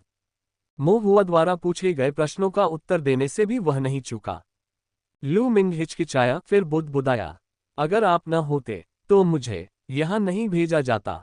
मो हुआ ने चाय का एक और घूंट लिया, सिर हिलाया और समझ गया। खदानों में वापस आकर लू मिंग ने उसे लू परिवार के कुछ मामले बताए थे। हालांकि बाद में उन्होंने इस मामले की सूचना लू परिवार के मुखिया को दी, फिर भी उनके कार्यों को लापरवाहीपूर्ण माना गया। इस प्रकार उसे दंडित किया गया और लाश की खान में लाश का किसान बनने के लिए भेज दिया गया। लू मिंग एक व्यक्ति के रूप में बहुत बुरा नहीं था, लेकिन बहुत अच्छा भी नहीं था। वह संभवतः शव शोधन जैसी किसी चीज को स्वीकार नहीं कर सकता था, लेकिन अपनी परिस्थितियों के कारण उसके पास इसे स्वीकार करने के अलावा कोई विकल्प नहीं था।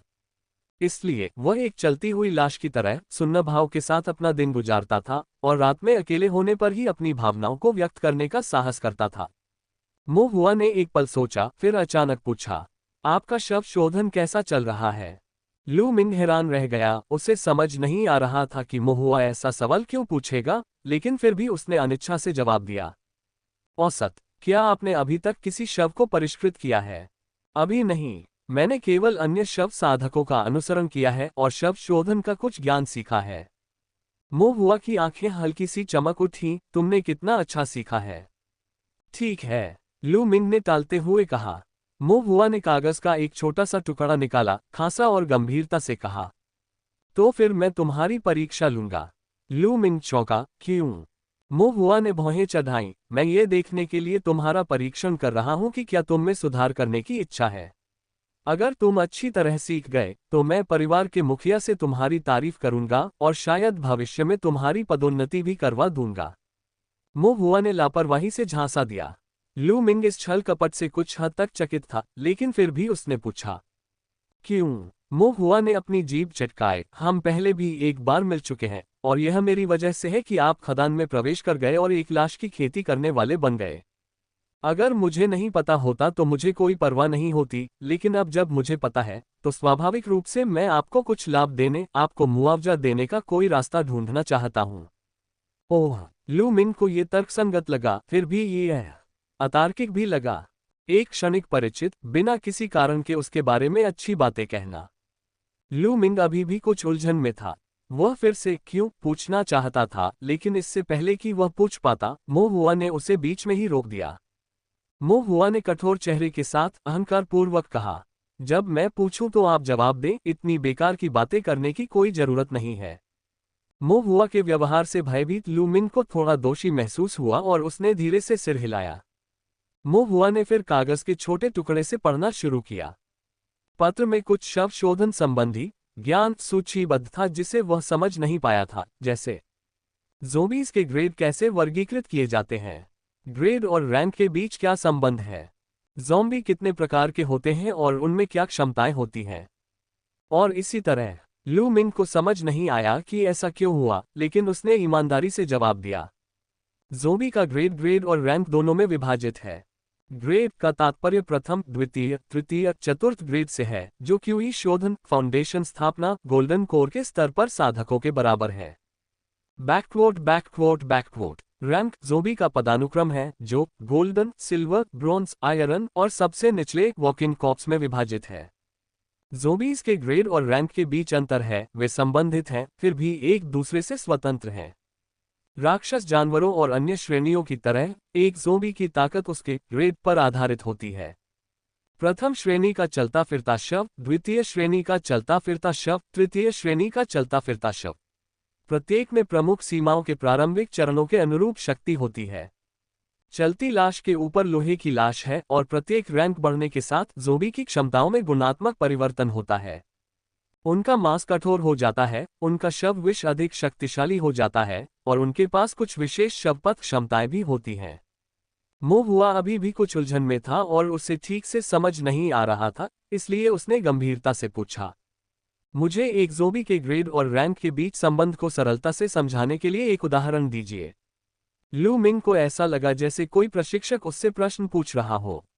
उसका दिल बैठ गया और काफी देर सोचने के बाद आखिरकार उसने कहा, ज़ोंबी का पदानुक्रम आधार के रूप में, ग्रेड और स्तर के रूप में रैंक पर आधारित होता है। एक प्रथम श्रेणी के ज़ोंबी के आमतौर पर केवल 2 रैंक होते हैं, चलता हुआ शव और लौह शव। एक प्रथम श्रेणी का चलता फिरता शव केवल एक बुनियादी क्यूई शोधन ज़ोंबी है। एक प्रथम श्रेणी का लौह शव साधना के संदर्भ में क्यूई शोधन के 9वें स्तर के शिखर के बराबर होना चाहिए, लेकिन अपने तांबे के सिर और लोहे की भुजाओं के साथ ये नींव स्थापना के प्रारंभिक चरण में कुछ साधकों से मेल खा सकता है।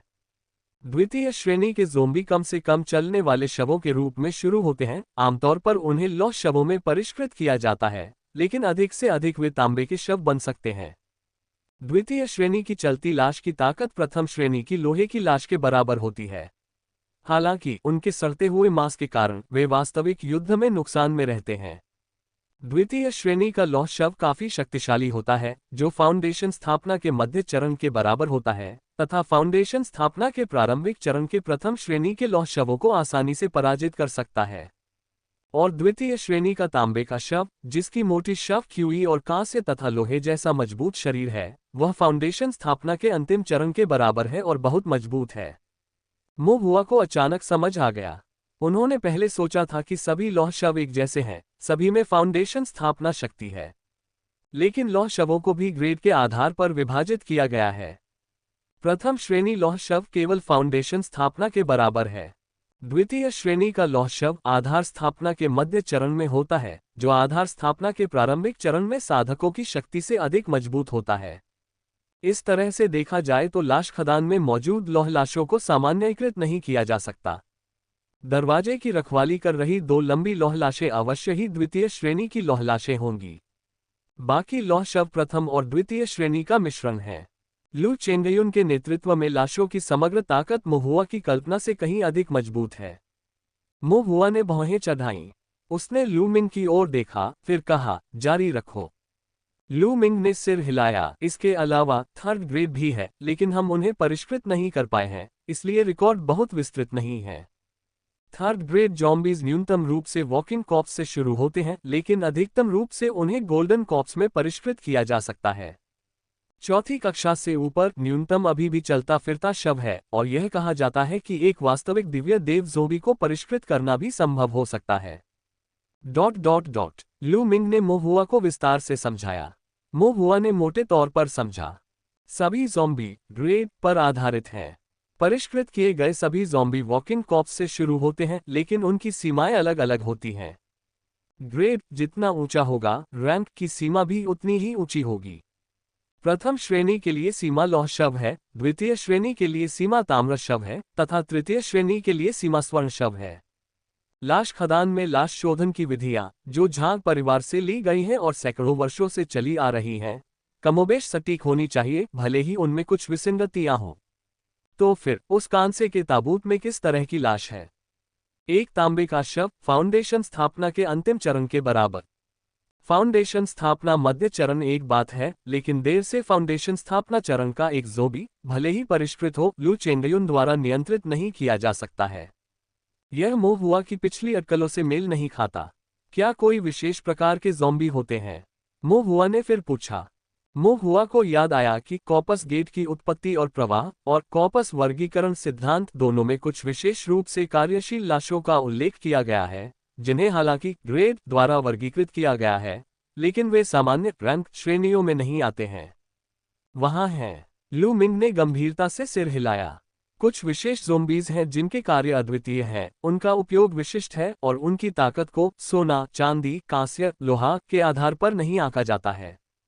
उदाहरण के लिए कठपुतली शव अनिवार्य रूप से एक मांस और रक्त की कठपुतली है, मानव नहीं, एक लाश नहीं माना जाता है, बल्कि लकड़ी या पत्थर जैसी सामग्री से बनी कठपुतली है। साथ ही लाशें भी हैं। लोगों को मानव कठपुतलियों में बदलना, उनकी उपस्थिति, त्वचा और आकृति को बरकरार रखना, उन्हें फूलों और पौधों के आत्मा जल में भिगोना, बिना किसी दुर्गंध के त्वचा को ठंडा लेकिन कोमल रखना, मानो वे जीवित हों। कई किसान इनके लिए ऊंची कीमत चुकाएंगे।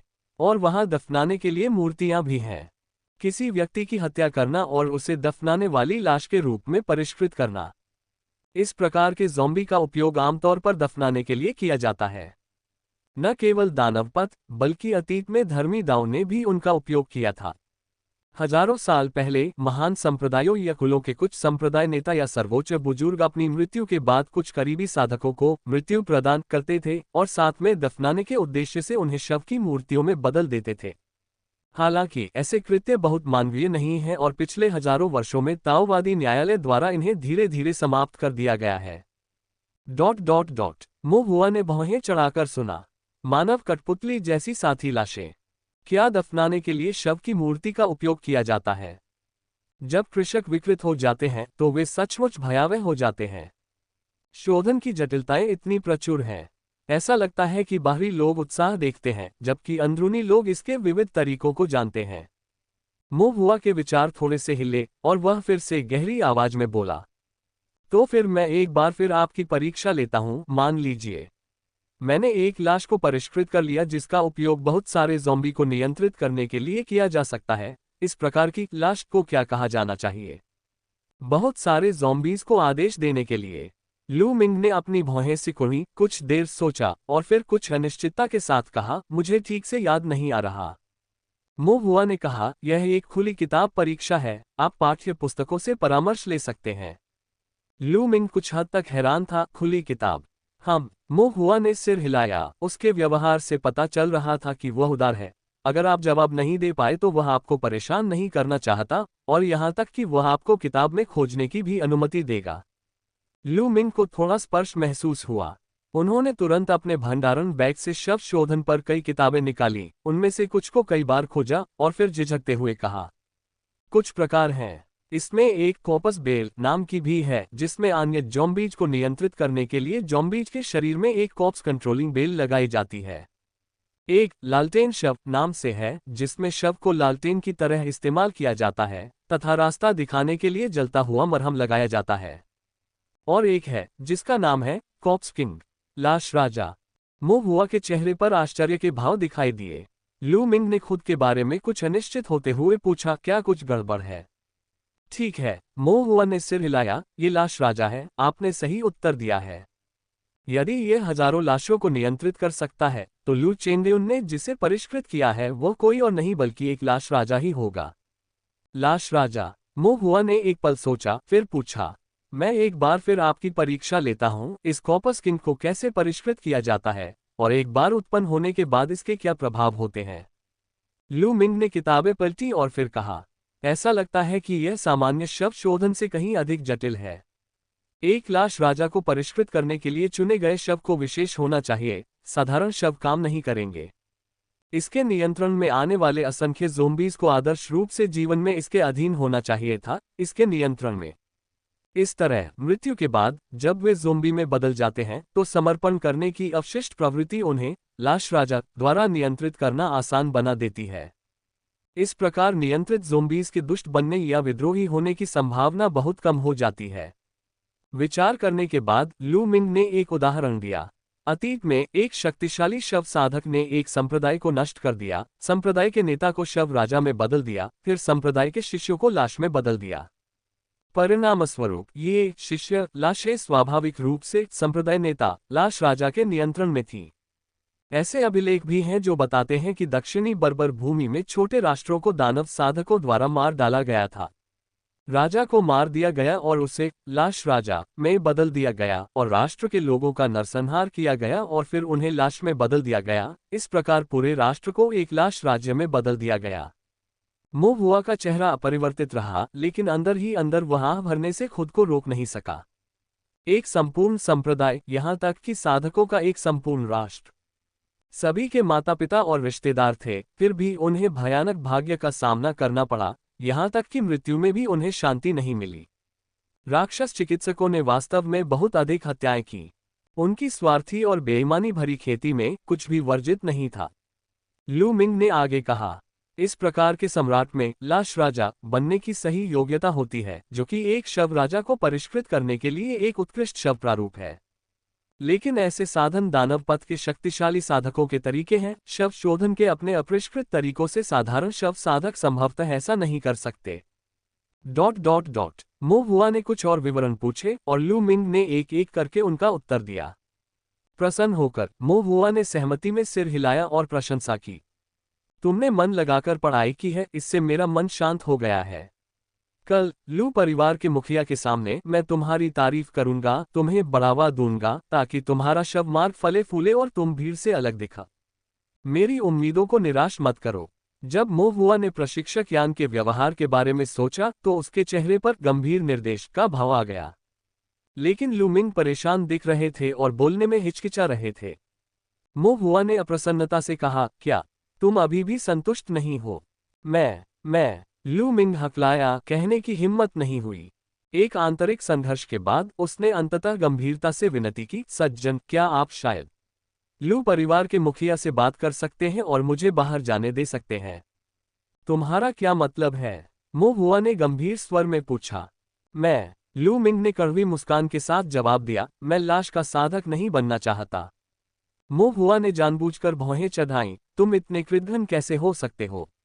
लू मिंग चिंतित हो गया और जल्दी से अपने हाथ हिलाए। मैं हिम्मत नहीं कर सकता। मोहुआ ने हंफ किया, लू परिवार के मुखिया आपके साथ बहुत अच्छा व्यवहार करते हैं, आपको शव साधक बनने और शव शोधन सीखने के अवसर प्रदान करते हैं। यह आपका आशीर्वाद है, साथ ही लू परिवार के एक शिष्य के रूप में आपके लिए परिवार के लिए अपने प्रयासों में योगदान करने का अवसर भी है। फिर भी आप नहीं जानते कि इसे कैसे संजोया जाए।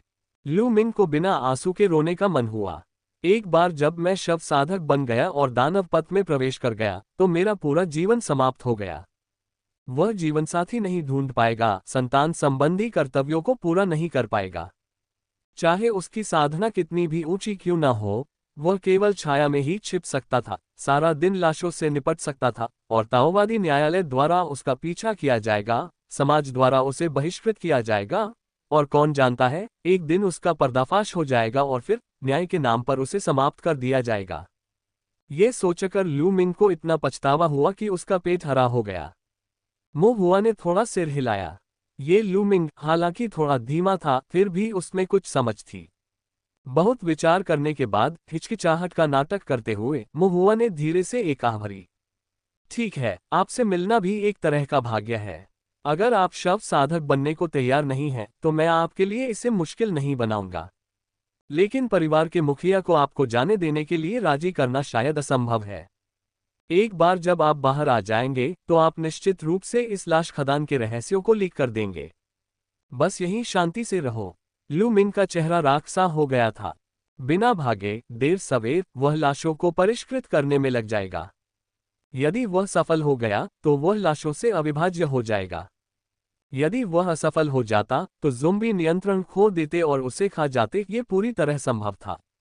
खत्म हो गया। लू मिंग के दिल में भय की एक ठंडी भावना भर गई। अचानक उसकी नज़र मोहुआ पर पड़ी, जो अपनी कम उम्र के बावजूद शांत और संयमित लग रहा था। लाशों की खदानों के खौफ के बीच भी वह पूरी तरह से शांत लग रहा था, जिसने लू मिंग के उदास दिल में उम्मीद की एक किरण जगा दी। वह जल्दी से उठा और मोहुआ को प्रणाम करते हुए बोला, मैं युवा स्वामी से विनती करता हूं कि मुझे बचा ले। मोहुआ थोड़ा चौंक गया, फिर उलझन में पूछा, मैं तुम्हें क्यों बचाऊं? मोहुआ ने आगे बढ़ने से पहले इत्मीनान से चाय की एक चुस्की ली। आपको बढ़ावा देना मेरे लिए एक मामूली बात है, एक शब्द मात्र। मैं इसका जिक्र कर सकता हूं और आप पर एहसान कर सकता हूं, जो कोई बड़ी बात नहीं है। लेकिन तुम्हें बचाना बहुत अधिक परेशानी भरा है और मैं लू परिवार के मुखिया को भी नाराज कर सकता हूं। इसमें मेरे लिए क्या है? मोहुआ के शब्दों ने लू मिंग को अवाक कर दिया। लू मिंग कुछ हद तक चकित था। वास्तव में जब उनके बीच कोई खून या स्नेह का रिश्ता नहीं था और रिश्ता काफी उथला था, तो ये युवा सज्जन उसे क्यों बचाएगा? उसके पास क्या था? उसके पास बहुत सारे स्पिरिट स्टोन नहीं थे। वह 20 साल की कोई युवती नहीं थी, उसकी साधना उच्च नहीं थी, उसकी प्रतिभा महान नहीं थी, और यदि उसे शव शोधन के लिए मार भी दिया जाता तो भी वह उच्च गुणवत्ता वाला ज़ोंबी नहीं बन पाता। लू मिंग की रीढ़ में एक ठंडक दौड़ गई और उसे इसका एहसास भी नहीं हुआ। आम दिनों में वह कभी कभी अपनी स्थिति के कारण दूसरों को धमकाता था और अपने बारे में अच्छा महसूस करता था, लेकिन उसने यह नहीं सोचा था कि जब कोई वास्तविक समस्या उत्पन्न होगी तो वह इतना बेकार साबित होगा। बिना किसी साधन के, बिना किसी योग्यता के। मोहुआ ने कहा, यदि आप कुछ लाभदायक प्रस्ताव दे सकते हैं तो मैं विचार करूंगा, सिर्फ विचार करूंगा कि आपको बचाऊं या नहीं। लू मिंग के दिल में कड़वाहट छा गई। वह क्या पेशकश कर सकता था? ये युवा सज्जन कोई साधारण हैसियत के नहीं थे, उनके पास अथाह साधन थे। ऐसे युवा स्वामी की नज़र में कौन सा लाभ आ सकता है? लेकिन अपनी जान जोखिम में डालकर वह हार मानने को तैयार नहीं थे और आशा की डोर थामे हुए उन्होंने कहा, मैं युवा स्वामी की सेवा में अपना जीवन समर्पित करने को तैयार हूँ। तलवारों के पहाड़ों पर चढ़ने और आग के समुद्र में उतरने के लिए तैयार हूँ, यदि ऐसा करना पड़े।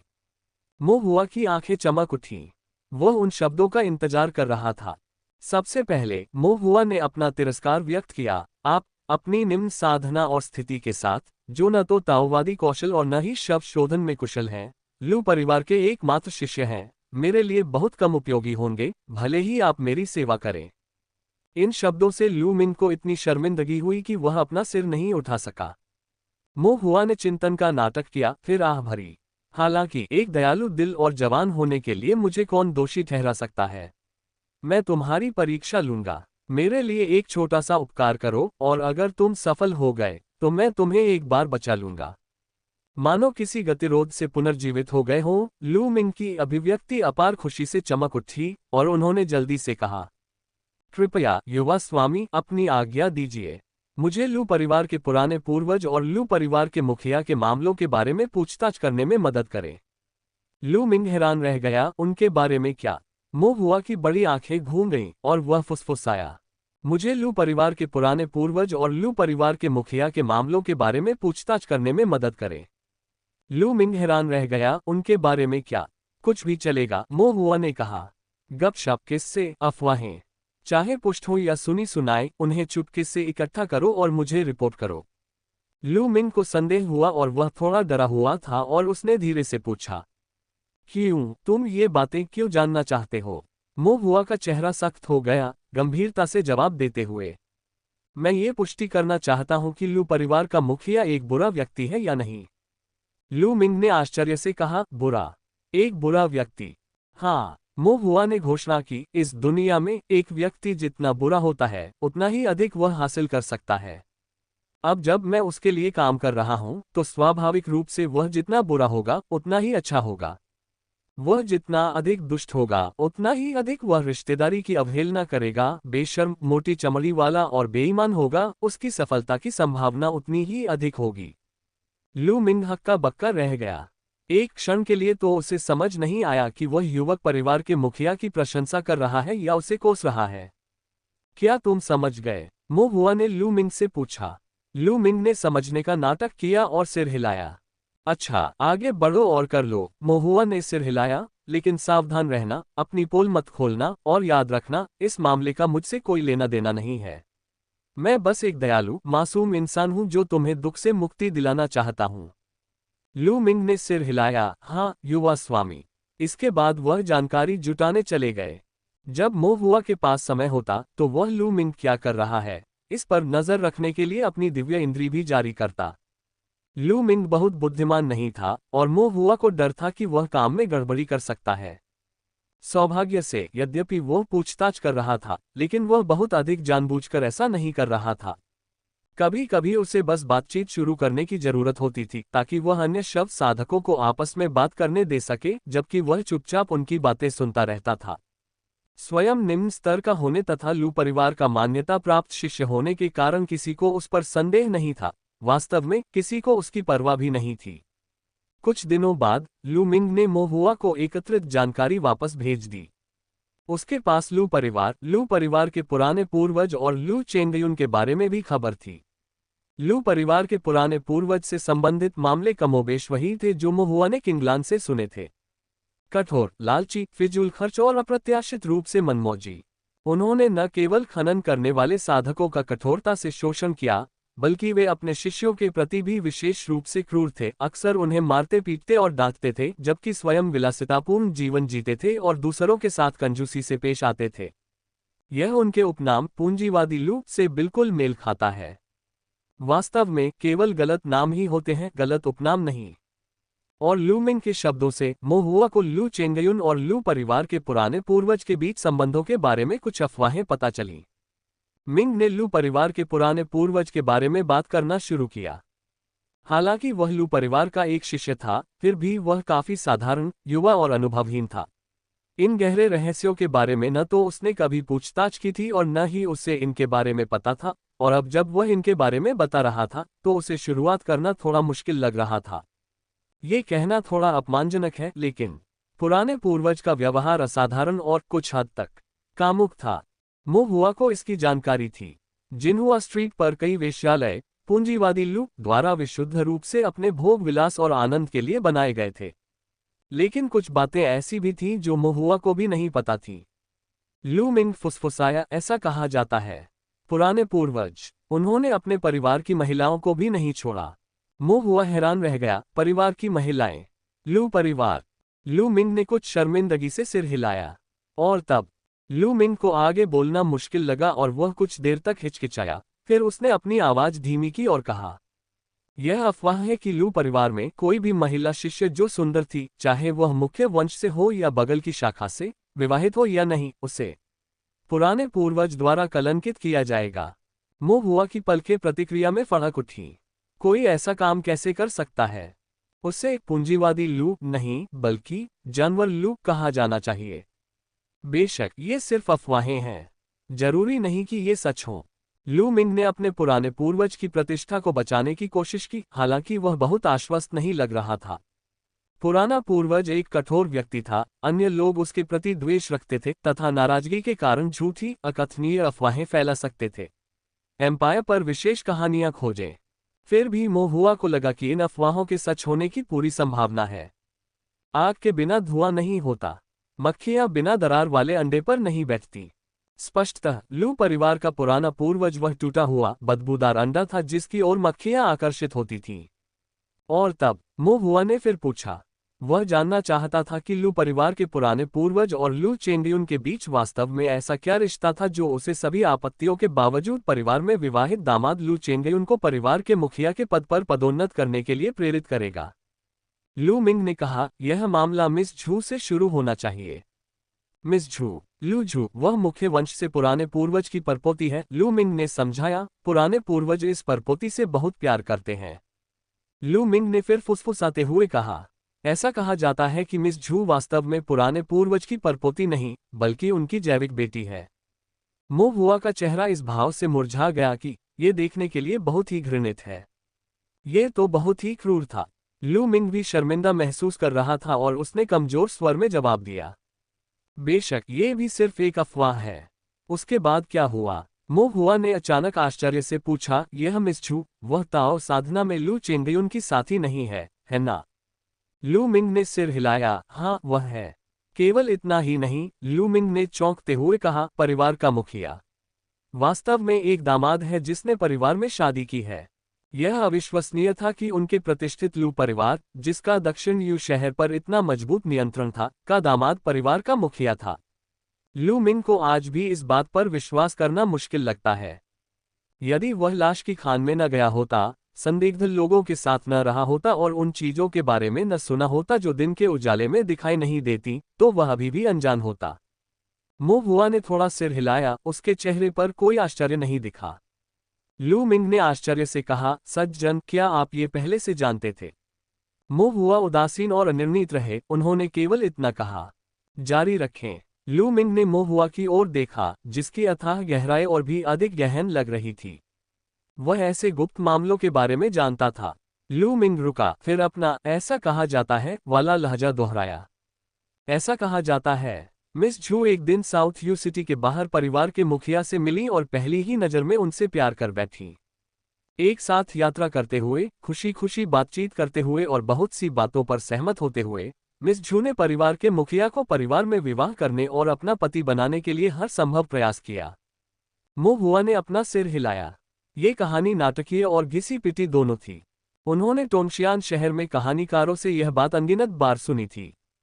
बलात्कारी अक्सर महिलाओं को धोखा देने के लिए इस चाल का इस्तेमाल करते हैं, और सम्मानित महिलाओं को लुभाने वाले लंपट प्लेबॉय भी इस पद्धति का उपयोग करते थे। फिर भी यह एक अत्यंत प्रभावी रणनीति थी जो अपने लक्ष्य को फंसाने में लगभग हमेशा सफल रही। लू चेंगयुन अपने सौम्य और लापरवाह व्यवहार के साथ एक सुंदर लड़का निकला जो एक महिला के साथ संबंध बनाकर सत्ता में आया। मिस लू को रिझाने में उसने बहुत मेहनत की होगी। समय, स्थान, बोले गए शब्द, यहाँ तक कि हर हाव भाव संभवतः उन्होंने सावधानीपूर्वक योजनाबद्ध तरीके से तैयार किया था और उसका अभ्यास किया था। मो हुआ के दिमाग में लू चेंगयुन की छवि धूमिल हो गई। लू मिंग ने आगे कहा, मिस झू ने अपनी भावनाएं पुराने पूर्वज को बता दी। पुराने पूर्वज इस बात से सहमत नहीं थे क्योंकि उन्हें लगता था कि परिवार का मुखिया भले ही सुंदर था, लेकिन उसके इरादे बुरे थे और वह एक उपयुक्त पति नहीं था। पुराने पूर्वज के अनुग्रह से बिगड़ी हुई मिस झू का व्यक्तित्व स्वेच्छाचारी था। वह जो चाहती थी उसे प्राप्त करना चाहती थी और इस प्रकार वह पुराने पूर्वज पर तब तक लगातार दबाव डालती रही जब तक कि उन्होंने परिवार के मुखिया की शादी के लिए सहमति नहीं दे दी। खाने से इनकार करना, जहर की गोलियां लेना, अपनी ही मेरिडियंस को काट देना। उसने सभी प्रकार के असहनीय तरीकों का इस्तेमाल किया। कोई विकल्प न होने के कारण पुराने पूर्वज को सहमत होना पड़ा क्योंकि वे मिस झू की दृढ़ता का सामना करने में असमर्थ थे। परिवार के मुखिया ने विवाह के बाद अपना उपनाम लू रख लिया और पुराने पूर्वज ने उसे एक नाम भी दिया, उसे लू चेंगयुन कहा। लू चेंगयुन। मो हुआ ने सोच विचार कर उसकी ठुड्डी पर हाथ फेरा। क्या लू परिवार के पुराने पूर्वज उसका मजाक उड़ा रहे थे? इस नाम के सकारात्मक अर्थ प्रतीत होते हैं। बादलों पर सवार होकर ऊपर उठना, अमरता के क्षेत्र में शान से पहुंचना, ताओ साधना के मार्ग पर चलने वाले व्यक्ति की खोज और आशा। लेकिन लू चेंगयुन की परिस्थितियों को देखते हुए इसका स्वरूप अलग था।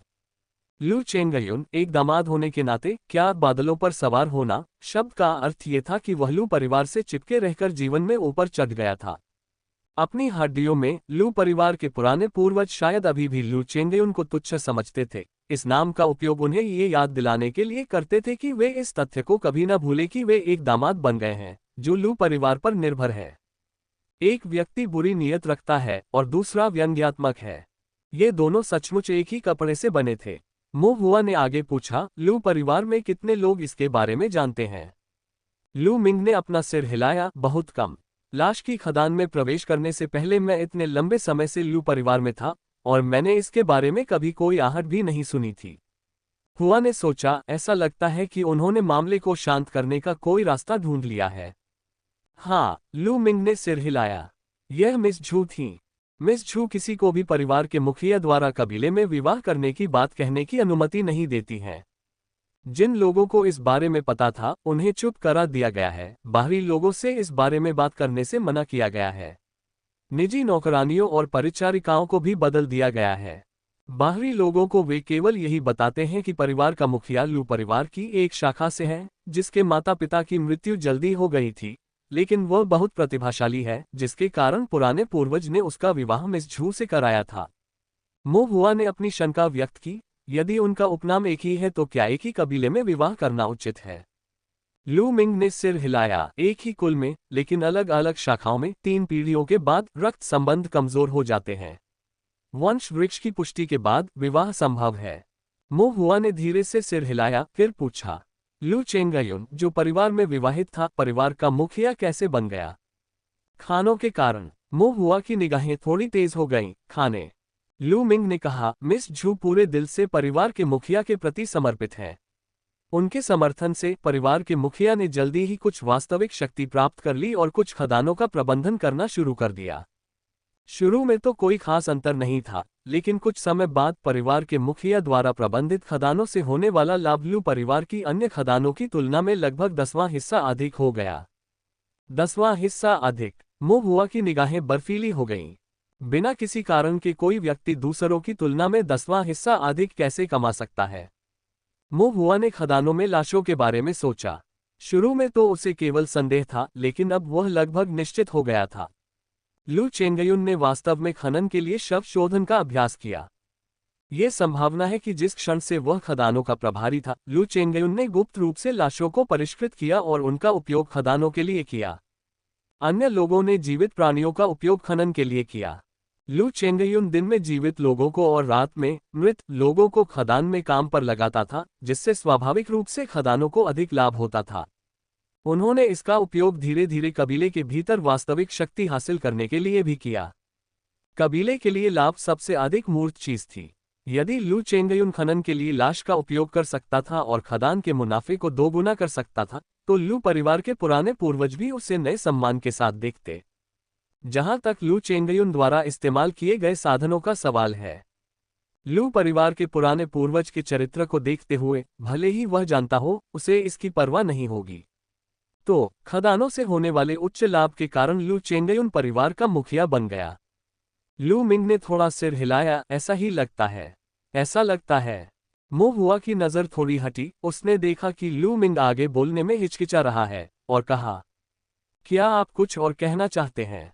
लू मिंग कुछ हिचकिचाया, उसकी भौहें सिकुड़ गईं, और उसने धीरे से कहा, मैंने भी एक अफवाह सुनी है। मो हुआ ने सिर हिलाकर उसे आगे बढ़ने का संकेत दिया। लू मिंग ने कहा, ऐसा कहा जाता है कि पुराने पूर्वज अत्यधिक अत्याचार में लिप्त हो गए, अपनी जीवन शक्ति को क्षीण कर लिया, अपनी नींव को नुकसान पहुंचाया, और फिर एक दुश्मन के छिपे हुए हमले में घातक रूप से घायल हो गए। अपनी मृत्यु से पहले पुराने पूर्वज अगले परिवार के मुखिया के बारे में फैसला करना चाहते थे। सबसे पहले कबीले ने प्रस्ताव रखा, और पुराने पूर्वज द्वारा तय किया गया परिवार का मुखिया वास्तव में लू नहीं था। लू मिंग को लगा कि परिवार के मुखिया को सीधे नाम से पुकारना अपमानजनक है, लेकिन ये देखकर कि मो हुआ ने लू चेंगयुन के प्रति बहुत कम सम्मान दिखाया, उसने खुद को संभाला और आगे कहा, उद्धरण चिन्ह ... ये लू चेंगयुन नहीं था, बल्कि कबीले के भीतर से एल्डर एन था। एल्डर एन फाउंडेशन की स्थापना के शुरुआती चरण में थे, अभी 150 साल के भी नहीं हुए थे, युवा और मजबूत थे, पर्याप्त अनुभव रखते थे, स्थिर भाव से काम करते थे और उच्च प्रतिष्ठा रखते थे।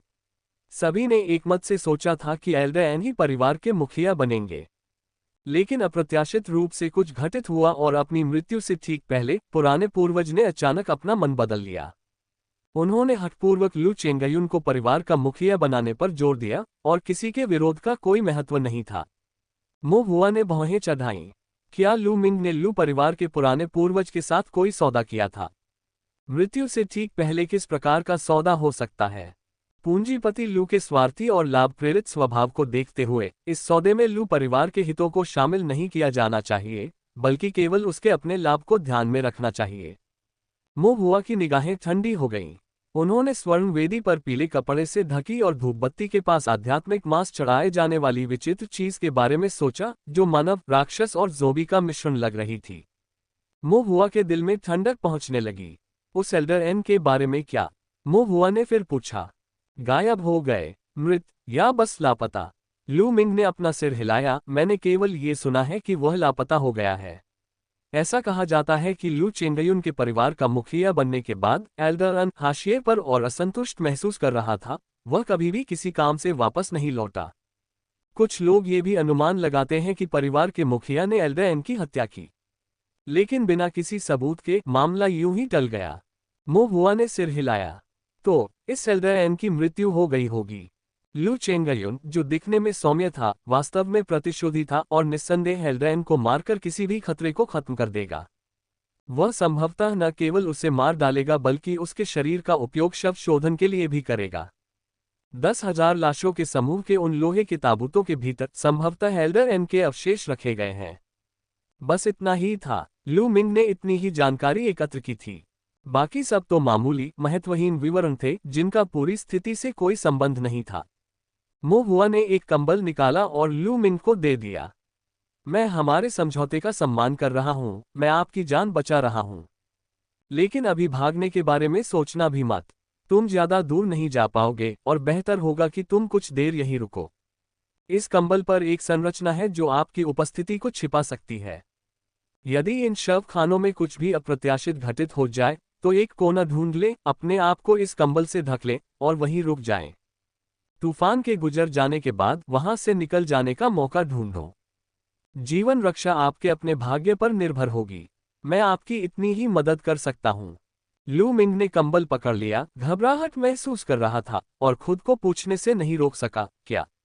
कैसी अप्रत्याशित घटना? मत पूछो, बहुत अधिक जानने से तुम्हारी जान जा सकती है। लू मिंग डर से कांप उठा और अपनी चिंता व्यक्त की। साम्राज्य पर अधिक कहानियों का अनुभव करें, लेकिन क्या ये कंबल सचमुच उपयोगी है? इस पर प्रशिक्षण मेरा काम है, बेशक यह उपयोगी है। मो हुआ ने आत्मविश्वास से जवाब दिया। मो हुआ के छोटे चेहरे को देखकर लू मिंग को अप्रत्याशित रूप से आश्वस्त महसूस हुआ। मो हुआ ने उसे फिर याद दिलाया, लाश शोधन सीखने की बात भूल जाओ और किसी का शोधन भी मत करना। अगर तुमने किसी को मार डाला और किसी ज़ॉम्बी का शोधन करके राक्षस बन गए तो मैं तुम्हें नहीं बचा पाऊंगा। हो सकता है कि किसी दिन जरूरत पड़ने पर मुझे तुम्हारा वध भी करना पड़े। लू मिंग ने बार बार सिर हिलाया। लू मिंग को छोड़ने के बाद महुआ ने 10,000 शवों वाली बलि वेदी की एक और यात्रा की। अब रात काफी हो चुकी थी और वेदी पर कोई नहीं था।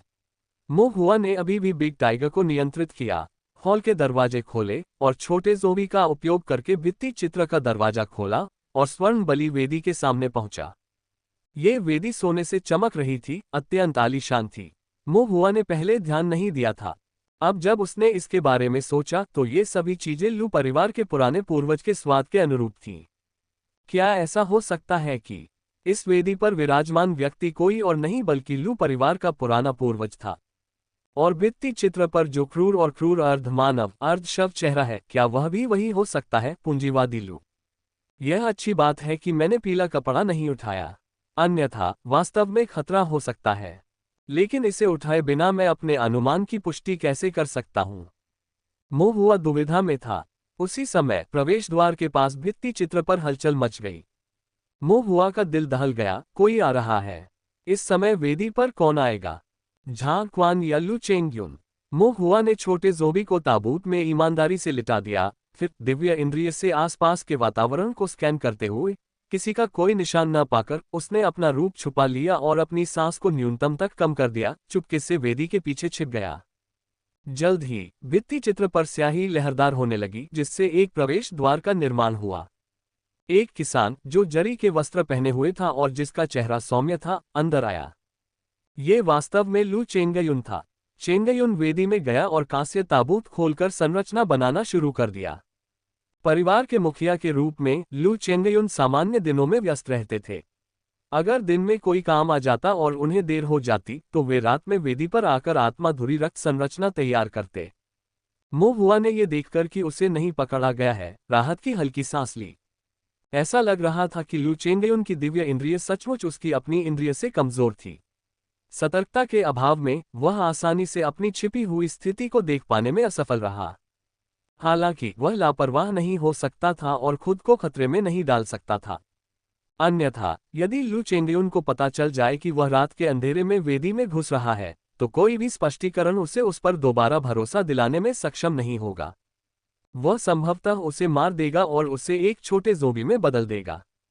महुआ ने कर्तव्यनिष्ठा से वेदी के पीछे छिप गया। लू चेंगयुन अभी भी फॉर्मेशन बना रहा था। वह कल्पना भी नहीं कर सकता था कि इस समय कोई दूसरा व्यक्ति वेदी पर मौजूद है।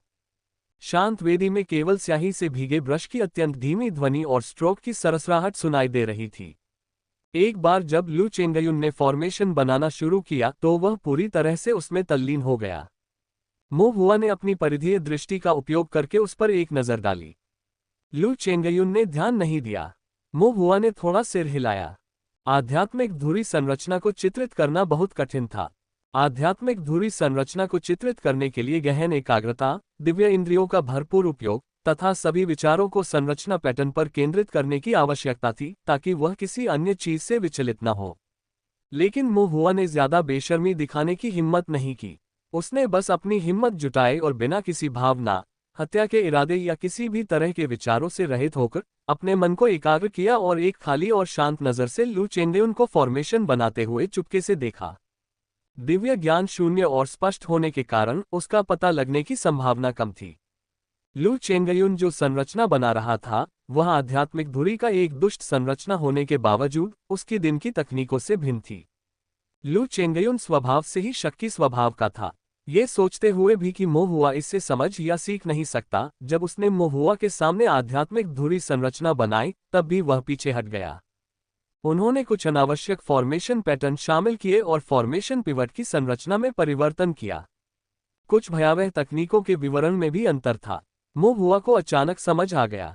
इससे पहले जब उसने लू चेंगयुन को संरचना बनाते हुए देखा और पैटर्न में विषमताएं देखी तो उसने सोचा कि लू चेंगयुन ने गलती की है या ये कि दुष्ट संरचना के तरीके मानक तरीकों से अलग थे।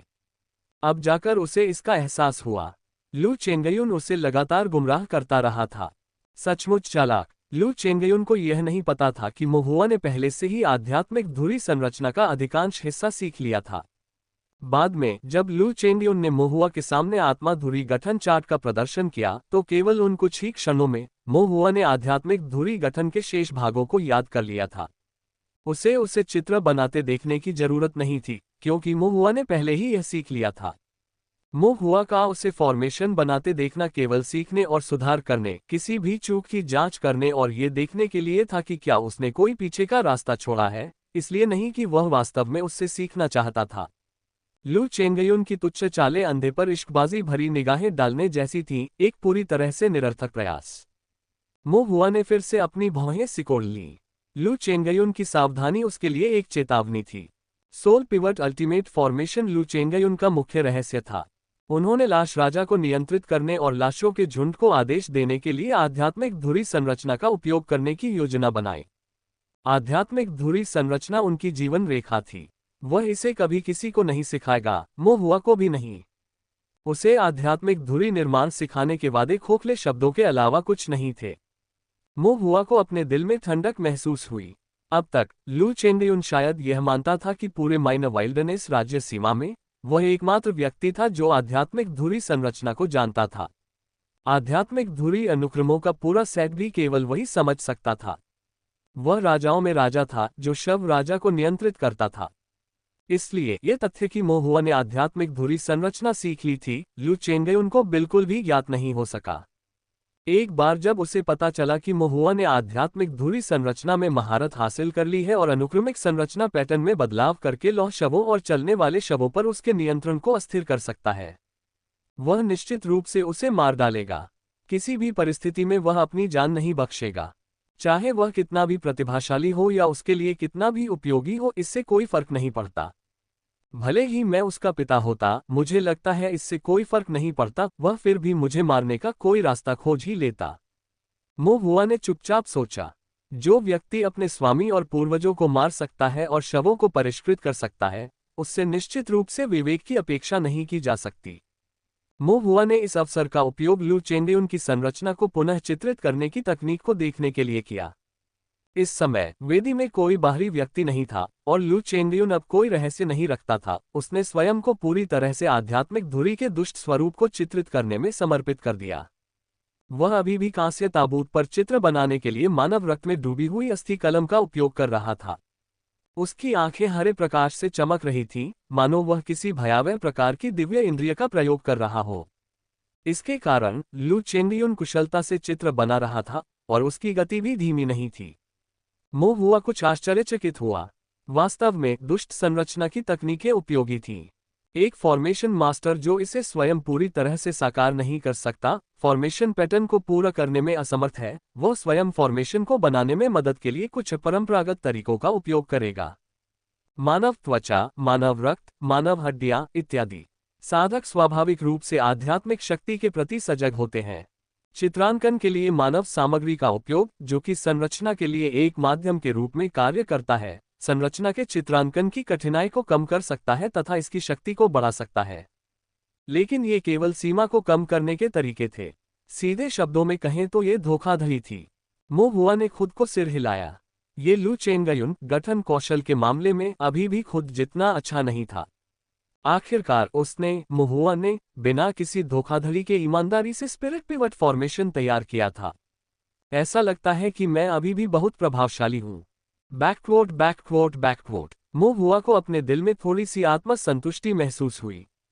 लू चेंगयुन अभी भी ड्राइंग फॉर्मेशन पर काम कर रहा था। अपनी आंख के कोने से मोहुआ उसे चुपके से देखता रहा। जैसे ही उसने देखा, मोहुआ ने उलझन के साथ एक और सवाल पर विचार करना शुरू कर दिया।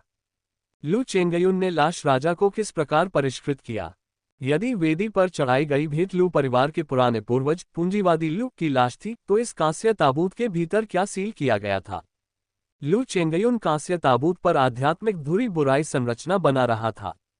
बार बार ऐसा अवश्य है कि शव शोधन के दौरान वह लगातार संरचना को गहरा कर रहा था। लेकिन जब शव को ऊपर रखा गया था, तो वह संरचना कहाँ थी जिसे वह ताबूत पर तीव्र कर रहा था? या फिर यह हो सकता है कि लाश राजा कुछ विशेष था? क्या ये शव शोधन की एक अनोखी विधि थी? जब मो हुआ चिंतन कर रहा था, लू चेंगयुन ने एक संरचना पूरी कर ली थी, उसकी दिव्य भावना समाप्त हो गई थी और उसने एक ब्रेक लिया। खाली वेदी स्थान में लू चेंगयुन ने ठीक होने के लिए ध्यान किया और थोड़ी ही देर बाद उसने अचानक अपनी भौहें सिकोड़ ली, एक तीखी नजर से अपनी आंखें खोली और ठंडे स्वर में कहा, क्या तुम मुझे फिर से देख रहे हो? मो हुआ डर के मारे उछल पड़ा। क्या मुझे खोज लिया गया था? लू चेंगयुन ने अचानक अपना सिर घुमाया, उसकी निगाहें बर्फीली ठंडी थीं और वह वेदी पर टिक गईं। मो हुआ ने अपने छोटे शरीर को सिकोड़ लिया, अपने मन को शांत किया, अपनी सांस को छुपाया और चुप रहा। उसी समय लू चेंगयुन धीरे से उठे, वेदी की ओर चले और व्यंग्यात्मक लहजे में कहा, तुम तो चैन से नहीं बैठोगे, है ना? मो हुआ क्षण भर के लिए स्तब्ध रह गया। चैन से नहीं सोएगा? वो मेरे बारे में बात नहीं कर रहा है। कहने का तात्पर्य यह है कि लू चेंगयुन ने उसे खोजा नहीं था। मो हुआ ने धीरे से राहत भरी सांस छोड़ी। मुझे फिर से देखना, शांति से आराम नहीं करेगा। वेदी। मो हुआ तुरंत समझ गया। लू चेंगयुन ने सोचा कि लू परिवार के पुराने पूर्वज उसे देख रहे हैं। वेदी पर चढ़ाया गया व्यक्ति वास्तव में लू परिवार का पुराना पूर्वज था, और यह पुराना पूर्वज लू चेंगयुन द्वारा धोखा दिए जाने के कारण वास्तव में अपनी आंखें बंद किए बिना ही मर गया। पुरानी अमर चीज। वेदी के बीच में, जहां कोई और नहीं था, लू चेंगयुन ने अपना सभ्य मुखौटा उतार फेंका और अचानक उग्र और उन्मादी हो गया। लालची मूर्ख, बूढ़े जानवर, तुमने मेरे वैवाहिक जीवन में परिवार में प्रवेश करने के कारण मुझे नीची नजर से देखा। तुमने मुझे छोटा समझा। सभी बुजुर्गों के सामने आपने मुझे लू परिवार द्वारा पाले गए कुत्ते, एक निर्धन कुत्ते के रूप में शाप दिया। लू चेंगयुन के चेहरे पर व्यंग्यात्मक भाव उभर आया, लेकिन आत्मा के पत्थर जो मैंने शव शोधन से निकाले थे, तुमने उन्हें फिर भी ले लिया, है ना? तुम्हारे इस कुत्ते ने जो मृत मांस पकड़ा था, हे बूढ़े जानवर, तुमने उसे फिर भी खा लिया, है ना? अपने लालच से कभी संतुष्ट मत होइए। जब तुम्हारी मृत्यु निकट आ गई, तब भी जब मैंने तुम्हें धोखा देते हुए कहा था कि तुम शव परिवर्तन के माध्यम से 1000 वर्ष तक जीवित रहकर पारलौकिकता प्राप्त कर सकते हो, तब भी तुमने वास्तव में इस पर विश्वास किया था। स्वर्गीय दाव स्थिर है, जीवन और मृत्यु की सीमाएं हैं, उन्हें इतनी आसानी से कैसे धोखा दिया जा सकता है? क्या आप सोचते हैं कि आप एक ज़ॉम्बी के रूप में अमर हो सकते हैं? सपने देखो। खूब गालियां देने और अपनी भावनाओं को व्यक्त करने के बाद लू चेंगयुन ठंडी और गहरी हंसी हंसने लगा। सोचकर तो मुझे आपका धन्यवाद करना चाहिए। उस बुरी और बेवकूफ बेटी को अनाचार से जन्म देने के लिए धन्यवाद। आपके लालच के लिए धन्यवाद, जिसने मुझे लू परिवार का पारिवारिक मुखिया बनने की अनुमति दी। अन्यथा भले ही मैंने स्पिरिट पिवट फॉर्मेशन सीखा होता, मैं लाश की खान का निर्माण नहीं कर सकता था, 10,000 लाशों के फॉर्मेशन का निर्माण नहीं कर सकता था, लाश राजा को परिष्कृत नहीं कर सकता था। ये शव खदान आपके लू परिवार की जनशक्ति से बनाई गई थी, 10,000 शवों का ये गठन भी आपके परिवार की संपत्ति से बनाया गया था। अब ये सब मेरे लिए दुल्हन के गाउन के रूप में काम करता है। लू चेंगयुन खुद को उदास हंसी से रोक नहीं सका। तुमने कभी सोचा भी नहीं था, है ना? जीवन में आपने अपार शक्ति का प्रयोग किया, मैंने आपकी बात मानी, लू परिवार के लिए काम किया, आपके वचन को कानून मानकर उसका पालन किया। एम्पायर पर विशेष कहानियां खोजें। लेकिन मृत्यु में मेरे द्वारा एक ज़ोंबी में परिवर्तित हो जाने पर तुम्हें मेरी बात माननी होगी, मेरा सेवक बनना होगा, मेरी आज्ञा के अधीन रहना होगा, हमेशा के लिए विद्रोह की संभावना के बिना। लू परिवार का नाम अभी भी लू है, लेकिन यह अब लू तियानलिया का लू नहीं है, यह मेरे लू चेंगयुन का लू है। बोलना समाप्त करते ही वेदी पर हल्की सी कंपन छा गई। पीले कपड़े के नीचे शव की तीव्र थी। ऐसा लग रहा था जैसे उसके भीतर एक हिंसक ऊर्जा उमड़ पड़ी हो। लू परिवार के पुराने पूर्वज मर चुके थे, ये हिंसा केवल आदिम चेतना के अवशेष, दिव्य विचार के अवशेष थे। लू चेंगयुन न केवल निडर था, बल्कि बहुत खुश भी था और हंस रहा था। अच्छा, आप जितने क्रोधित होंगे, शव क्यूई उतनी ही तीव्र होगी, और परिष्कृत शव मेरी इच्छाओं के साथ उतना ही अधिक संरेखित होगा। शव क्यूई में उछाल आया, फिर ऐसा लगा कि उसमें अनिच्छा है जो धीरे धीरे कम हो गई। लू चेंगयुन ने धीरे से उपहास किया। तुम्हारा समय समाप्त हो गया है। एक बार शव में परिशोधित हो जाने पर, आध्यात्मिक धुरी संरचना द्वारा नियंत्रित हो जाने पर, तुम केवल मेरे सेवक रह सकते हो, हमेशा मेरी दया पर। उसके बाद लू चेंगयुन ने हन्फ किया, अपनी आस्तीनें साफ की और ध्यान करने तथा अपनी दिव्य इंद्रिय को पुनः प्राप्त करने के लिए कांस्य ताबूत पर लौटने के लिए वेदी को छोड़ दिया। उनके शब्द बिना किसी चूक के मोहुआ द्वारा सुन लिए गए, जो वेदी के पीछे छिपा हुआ था। मोहुआ ने मन ही मन आह भरी और प्रशंसा करने से खुद को नहीं रोक सकी। लू चेंगयुन वास्तव में एक प्रतिभाशाली था। लू परिवार के पुराने पूर्वज ने सचमुच एक रत्न प्राप्त कर लिया। लू चेंगयुन और लू परिवार एकदम सही जोड़ी, एक सफेद आंखों वाला भेड़िया भेड़ियों की मांद में प्रवेश कर रहा है, वास्तव में स्वर्ग द्वारा क्यों